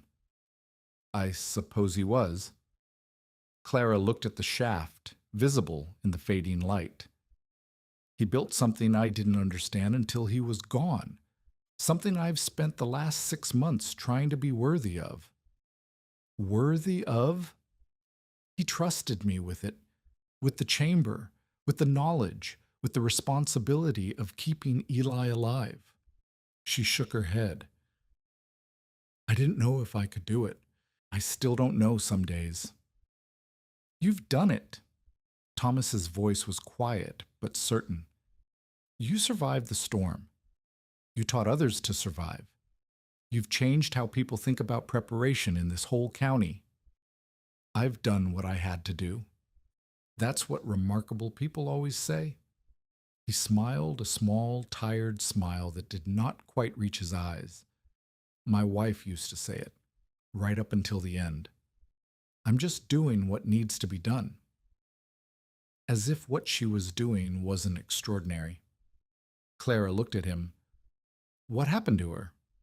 Childbirth. The baby came early, and there was no doctor, and I— His voice broke. He cleared his throat and continued. I couldn't save them, either of them. I held her hand and watched her die, and there was nothing I could do. I'm sorry. Don't be sorry. Be alive. He met her eyes. That's what I learned. That's why I came west. Not to escape the memories, but to find something worth doing with the time I have left. Something that matters. And building hoist fittings for a widow's fuel chamber matters? Building anything matters, but building something that helps people survive— He shook his head. That matters more. They sat in silence as the stars came out. Eli had fallen asleep inside, and the only sounds were the wind in the grass and the distant howl of a coyote. You don't have to go back to town tonight, Clara said finally. There's room in the lean-to. It's not comfortable, but it's warm. Are you sure? I'm sure. Thomas nodded. He did not ask what the invitation meant. He did not assume anything beyond what she had offered. He simply accepted, and when morning came, he was still there. The courtship, if it could be called that, happened through work. Thomas did not bring flowers or write poetry or make declarations of feeling. He built things. He repaired the lean-to roof that had leaked since October. He reinforced the porch steps that had begun to sag. He taught Eli to read metal the way Torrin had taught Clara to read wood, by sound, by color, by the way it moved under the hammer. And Clara found herself looking forward to his presence, to the conversations over breakfast, to the way he explained his work without condescension, to the quiet competence that reminded her in ways she could not articulate of everything she had lost and everything she still hoped to find. People are talking, Martha Bell said one afternoon, when she had come to check on a shoring question and found Thomas working in the yard. They say you've taken up with the blacksmith. I haven't taken up with anyone. He's helping with the metalwork. For 3 months? The metalwork takes time. Martha looked at her with an expression that mixed skepticism and amusement. Clara, I've known you since you buried your husband. I've watched you teach half this county how to build fuel chambers. I've seen you face down Silas Brent and survive storms that should have killed you. But I've never seen you lie to yourself. I'm not lying to myself. Then what is he to you? A hired hand? A business partner? A friend? Clara was quiet for a long moment. She watched Thomas across the yard, where he was showing Eli how to test the temper of a piece of iron by the color it turned when heated. I don't know, she said finally. I don't know what he is, but I know I'm glad he's here. That's a start, Martha smiled. That's how it always starts. The question resolved itself in July. A storm came through, not a killer like the November blow, but a hard rain that flooded the creek and washed out the road to town. Thomas was at the claim when it hit, and there was no way to leave until the water receded. They spent 3 days together, 3 days of meals and conversation, and the slow discovery of who they were when no one else was watching. 3 days of Eli asking questions and Thomas answering them with patience and care. 3 days of Clara realizing that the emptiness she had carried since Jonah's death was beginning to fill with something new.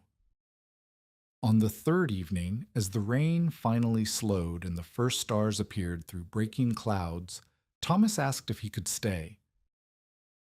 Not just until the road clears, he said. Stay. Here, with you. Clara looked at him. She thought of Jonah, who had built the chamber and died before he could see it save her. She thought of Torrin, who had taught her everything and asked only to be remembered. She thought of the loneliness of the winter evenings and the weight of doing everything alone. Yes, she said. Thomas did not ask what yes meant. He did not press for promises or definitions. He simply stayed. And over the weeks that followed, the staying became something more: a partnership, a collaboration, a relationship built on work and respect and the slow accumulation of trust. They married in September in the small church east of town, with Martha Bell as witness and Eli as ring-bearer. The ceremony was brief. The celebration was briefer. But when they walked back to the claim together, Clara and Thomas and Eli, a family that had been three separate broken things and was now becoming something whole, Clara felt something she had almost forgotten was possible. Not just hope, not just survival, joy. The years that followed were years of building.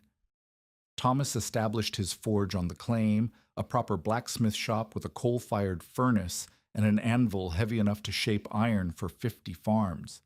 He made tools and hardware and the specialized fittings that fuel chamber construction required. His reputation grew alongside Clara's until settlers came from 3 counties away to buy his work and learn her methods. Clara taught. She taught the families who came to the claim and the families who invited her to their claims, and eventually the families who gathered in town for formal instruction sessions she organized each autumn before the ground froze. She refined Jonah's designs and incorporated Torrens' principles and added innovations of her own, improved ventilation systems, easier access methods, scaled-down versions for families who could not dig a 30-foot shaft. Eli grew. He learned to work iron with Thomas and to work wood with Clara. He learned to read the weather and calculate loads and test timber by sound. He learned that survival was not just about having resources, but about protecting them, about understanding that the difference between life and death could be measured in the ability to reach your fuel when everything above ground had turned to ice, and in the spaces between the teaching and the building and the raising of a son who was becoming a man, Clara and Thomas built a life. A good life. A life that held room for grief and joy, for memory and hope, for the knowledge that they had both lost everything and had somehow, against all odds, found enough to keep going. Silas Brent returned on a February afternoon in 1891. 2 years had passed since their last conversation. In that time, Brent had changed his business model. He no longer sold fuel at credit rates designed to trap desperate settlers. He sold lumber and hardware and rope, the materials people needed to build their own fuel chambers. He was not wealthy from it, but he was surviving, which was more than many storekeepers could say. He found Clara in the yard, directing a group of settlers in the construction of a demonstration chamber. Thomas was at the forge, and Eli was somewhere with a hammer and a piece of iron he was determined to shape into a horseshoe. "Mrs. Reed," Brent said, using her married name with only a slight hesitation, "I came to ask a question." "Ask." "The chamber my father should have built, the one that might have saved him in '62. Brent's voice was steady, but Clara could hear the effort it cost him. "Can you teach me to build it?" Clara looked at him for a long moment. This was the man who had called her husband's work foolish, the man who had predicted her death and schemed to profit from it, the man who had spread rumors about buried chambers being death traps, who had tried to undermine everything she was building. But he was also a man who had lost his father to a winter storm, a man who had spent 30 years afraid of the cold, a man who was standing in her yard, hat in hands, asking for help. "Yes," she said, "I can teach you." "What will it cost?" "Nothing." Clara turned back to the demonstration group. "Watch what we're doing here. When you understand the principles, we'll talk about what you need to build one of your own." Brent stood at the edge of the group for the rest of the afternoon. He watched. He listened. He asked questions, good questions, practical questions, the questions of a man who had finally decided to learn instead of resist. By evening, he understood the basics. By the end of the week, he had started digging. By spring, he had a chamber of his own, smaller than Clara's, less elegant than Thomas's ironwork, but sound, functional, a place to store fuel where the storms could not touch it. "Thank you," he said the day he finished. "I should have listened years ago." "You're listening now. That's what matters." Brent nodded slowly. Then he said something that surprised her. "My store. I want to stock the materials people need, not to trap them with credit, but to help them build. Will you tell them where to buy?" "I'll do better than that." Clara extended her hand. "I'll recommend you to everyone I teach." They shook on it, and somewhere in that handshake, the last of the hostility between them dissolved, not into friendship exactly, but into mutual respect, the recognition that they had both been changed by the storms, and that change, when it came, was worth accepting. The claim grew. By 1893, Clara and Thomas had expanded the original house into a proper farmstead. 4 rooms, a full kitchen, a porch that wrapped around 2 sides. The forge had become a workshop, and the workshop had become a small factory producing hoist fittings and shaft collars and pulley systems for fuel chambers across 4 counties. The original chamber still stood 30 feet deep, stone-lined, with a heavy plank door at 20 feet and 40 cords of seasoned hickory behind it. Clara descended it every autumn to inspect the shoring, to check the ventilation, to ensure that the system Jonah had built was still sound. It always was. Thomas built a second chamber in '92 and a third in '94. They experimented with different depths, different shoring techniques, different approaches to drainage and ventilation. They taught their methods to anyone who wanted to learn, and the learning spread outward like ripples from a stone dropped in still water. By 1895, there were fuel chambers on more than 200 claims in the region.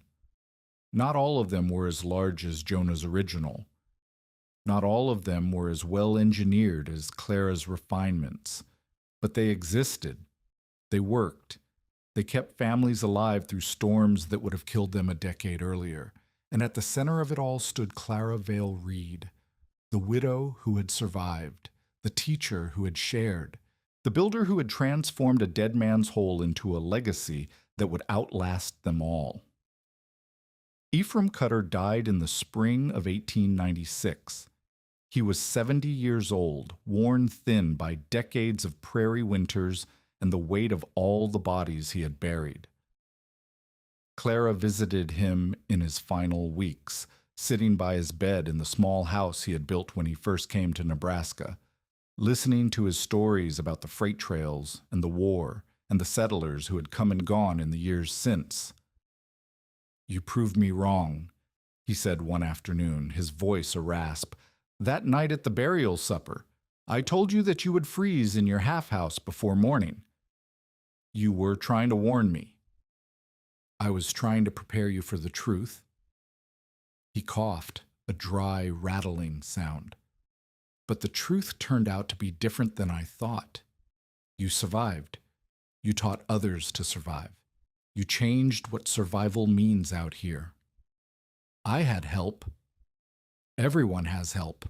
The question is what you do with it." Cutter closed his eyes. "Your husband built something I didn't understand. You made it into something I couldn't ignore. That's worth something, Mrs. Reed. That's worth remembering." He died 2 days later, quietly, in his sleep. Clara stood by his grave and remembered his words from the burial supper. "If that weather turns before you've got dry wood by the stove, you'll freeze in that half-house before morning." She had not frozen. She had survived. And the man who had predicted her death had lived long enough to admit he was wrong. That, she thought, was as close to victory as the prairie ever allowed. Eli married in 1900, a girl from the Bell family, Martha's youngest daughter, Ruth, who had grown up hearing stories about the widow with the buried woodshed and had fallen in love with the boy who had survived the storm. They built their own chamber on a claim 5 miles north of Clara's, using methods Eli had learned at his mother's side. Thomas helped with the ironwork. Clara inspected the shoring. And when the first hard freeze of the new century came, Eli and Ruth descended into the earth and pulled up fuel that would burn hot and clean while the wind howled above. Clara watched them from the porch of the house she had built with Jonah and finished with Thomas. She was 41 years old. Her hair had begun to gray. Her hands, scarred from years of rope work and forge heat, ached in the cold. But she was alive. And the work she had done, the teaching, the building, the endless patient labor of showing people how to survive, that work was continuing without her. Torin had wanted his knowledge to outlast him. Jonah had wanted his innovation to save more than just his family. And Clara had wanted to be useful, to be needed, to be the kind of person who left the world better than she found it. She had succeeded. Not completely. The prairie was too hard for complete success, but enough.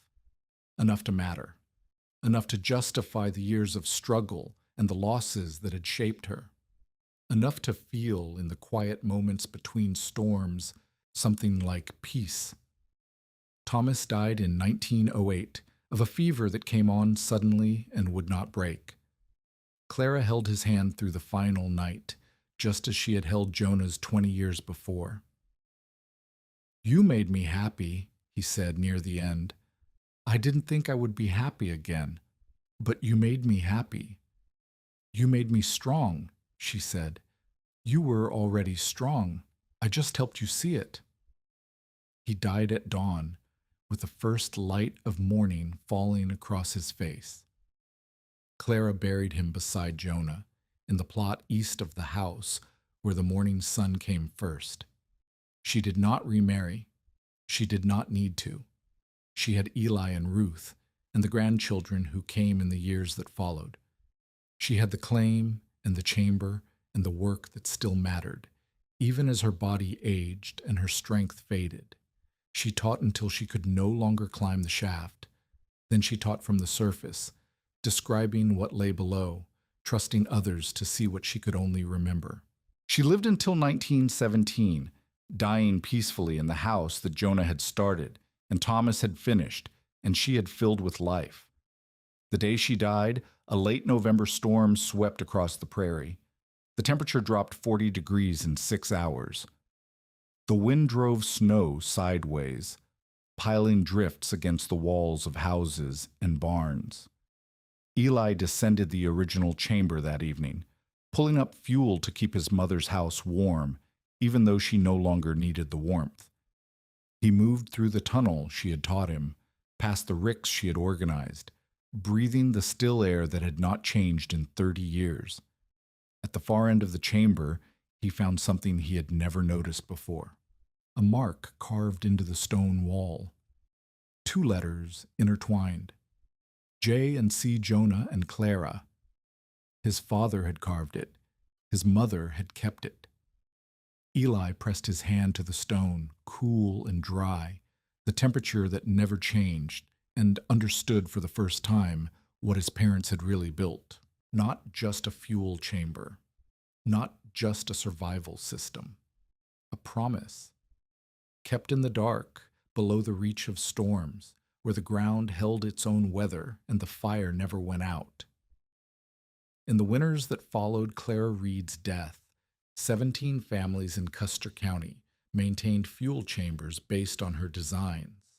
The practice spread to neighboring counties, then to neighboring states, until the principle she had taught, that fuel-protected underground remained accessible when surface supplies failed, became common wisdom across the northern plains. Settlers stopped asking how much wood a family owned. They asked how much they could still reach when the storms came. Clara lived out her final years on the claim Jonah had chosen in 1888, in the house they had started together and she had finished with Thomas Reed. She saw Eli marry and raise children of his own. She saw the forge Thomas built produce fittings for chambers across 4 counties. She saw the shaft in the northwest corner of the yard become a landmark, a teaching site, a monument to the man who had dug it and the woman who had learned to use it. She died at 68 in November, with snow falling outside and the stove burning steady and bright. On the day of the burial, Ephraim Cutter's words returned to those who remembered them. If that weather turns before you've got dry wood by the stove, you'll freeze in that half house before morning. Clara Vale had heard that warning on the night her husband was buried. She had stood by the shaft everyone called useless and felt the cold settle into her bones. And then she had descended into the dark, opened the heavy door her husband had built, and discovered 40 cords of dry fuel waiting where the storm could not touch it. She had burned that fuel through the worst night of her life. She had taught others to do the same. And when the final storm came for her, decades later, the fire was still burning in her stove, in her legacy, in the chambers that stretched across the prairie like a network of warmth beneath the frozen ground. The dry well had never been dry. It had been full of fire all along,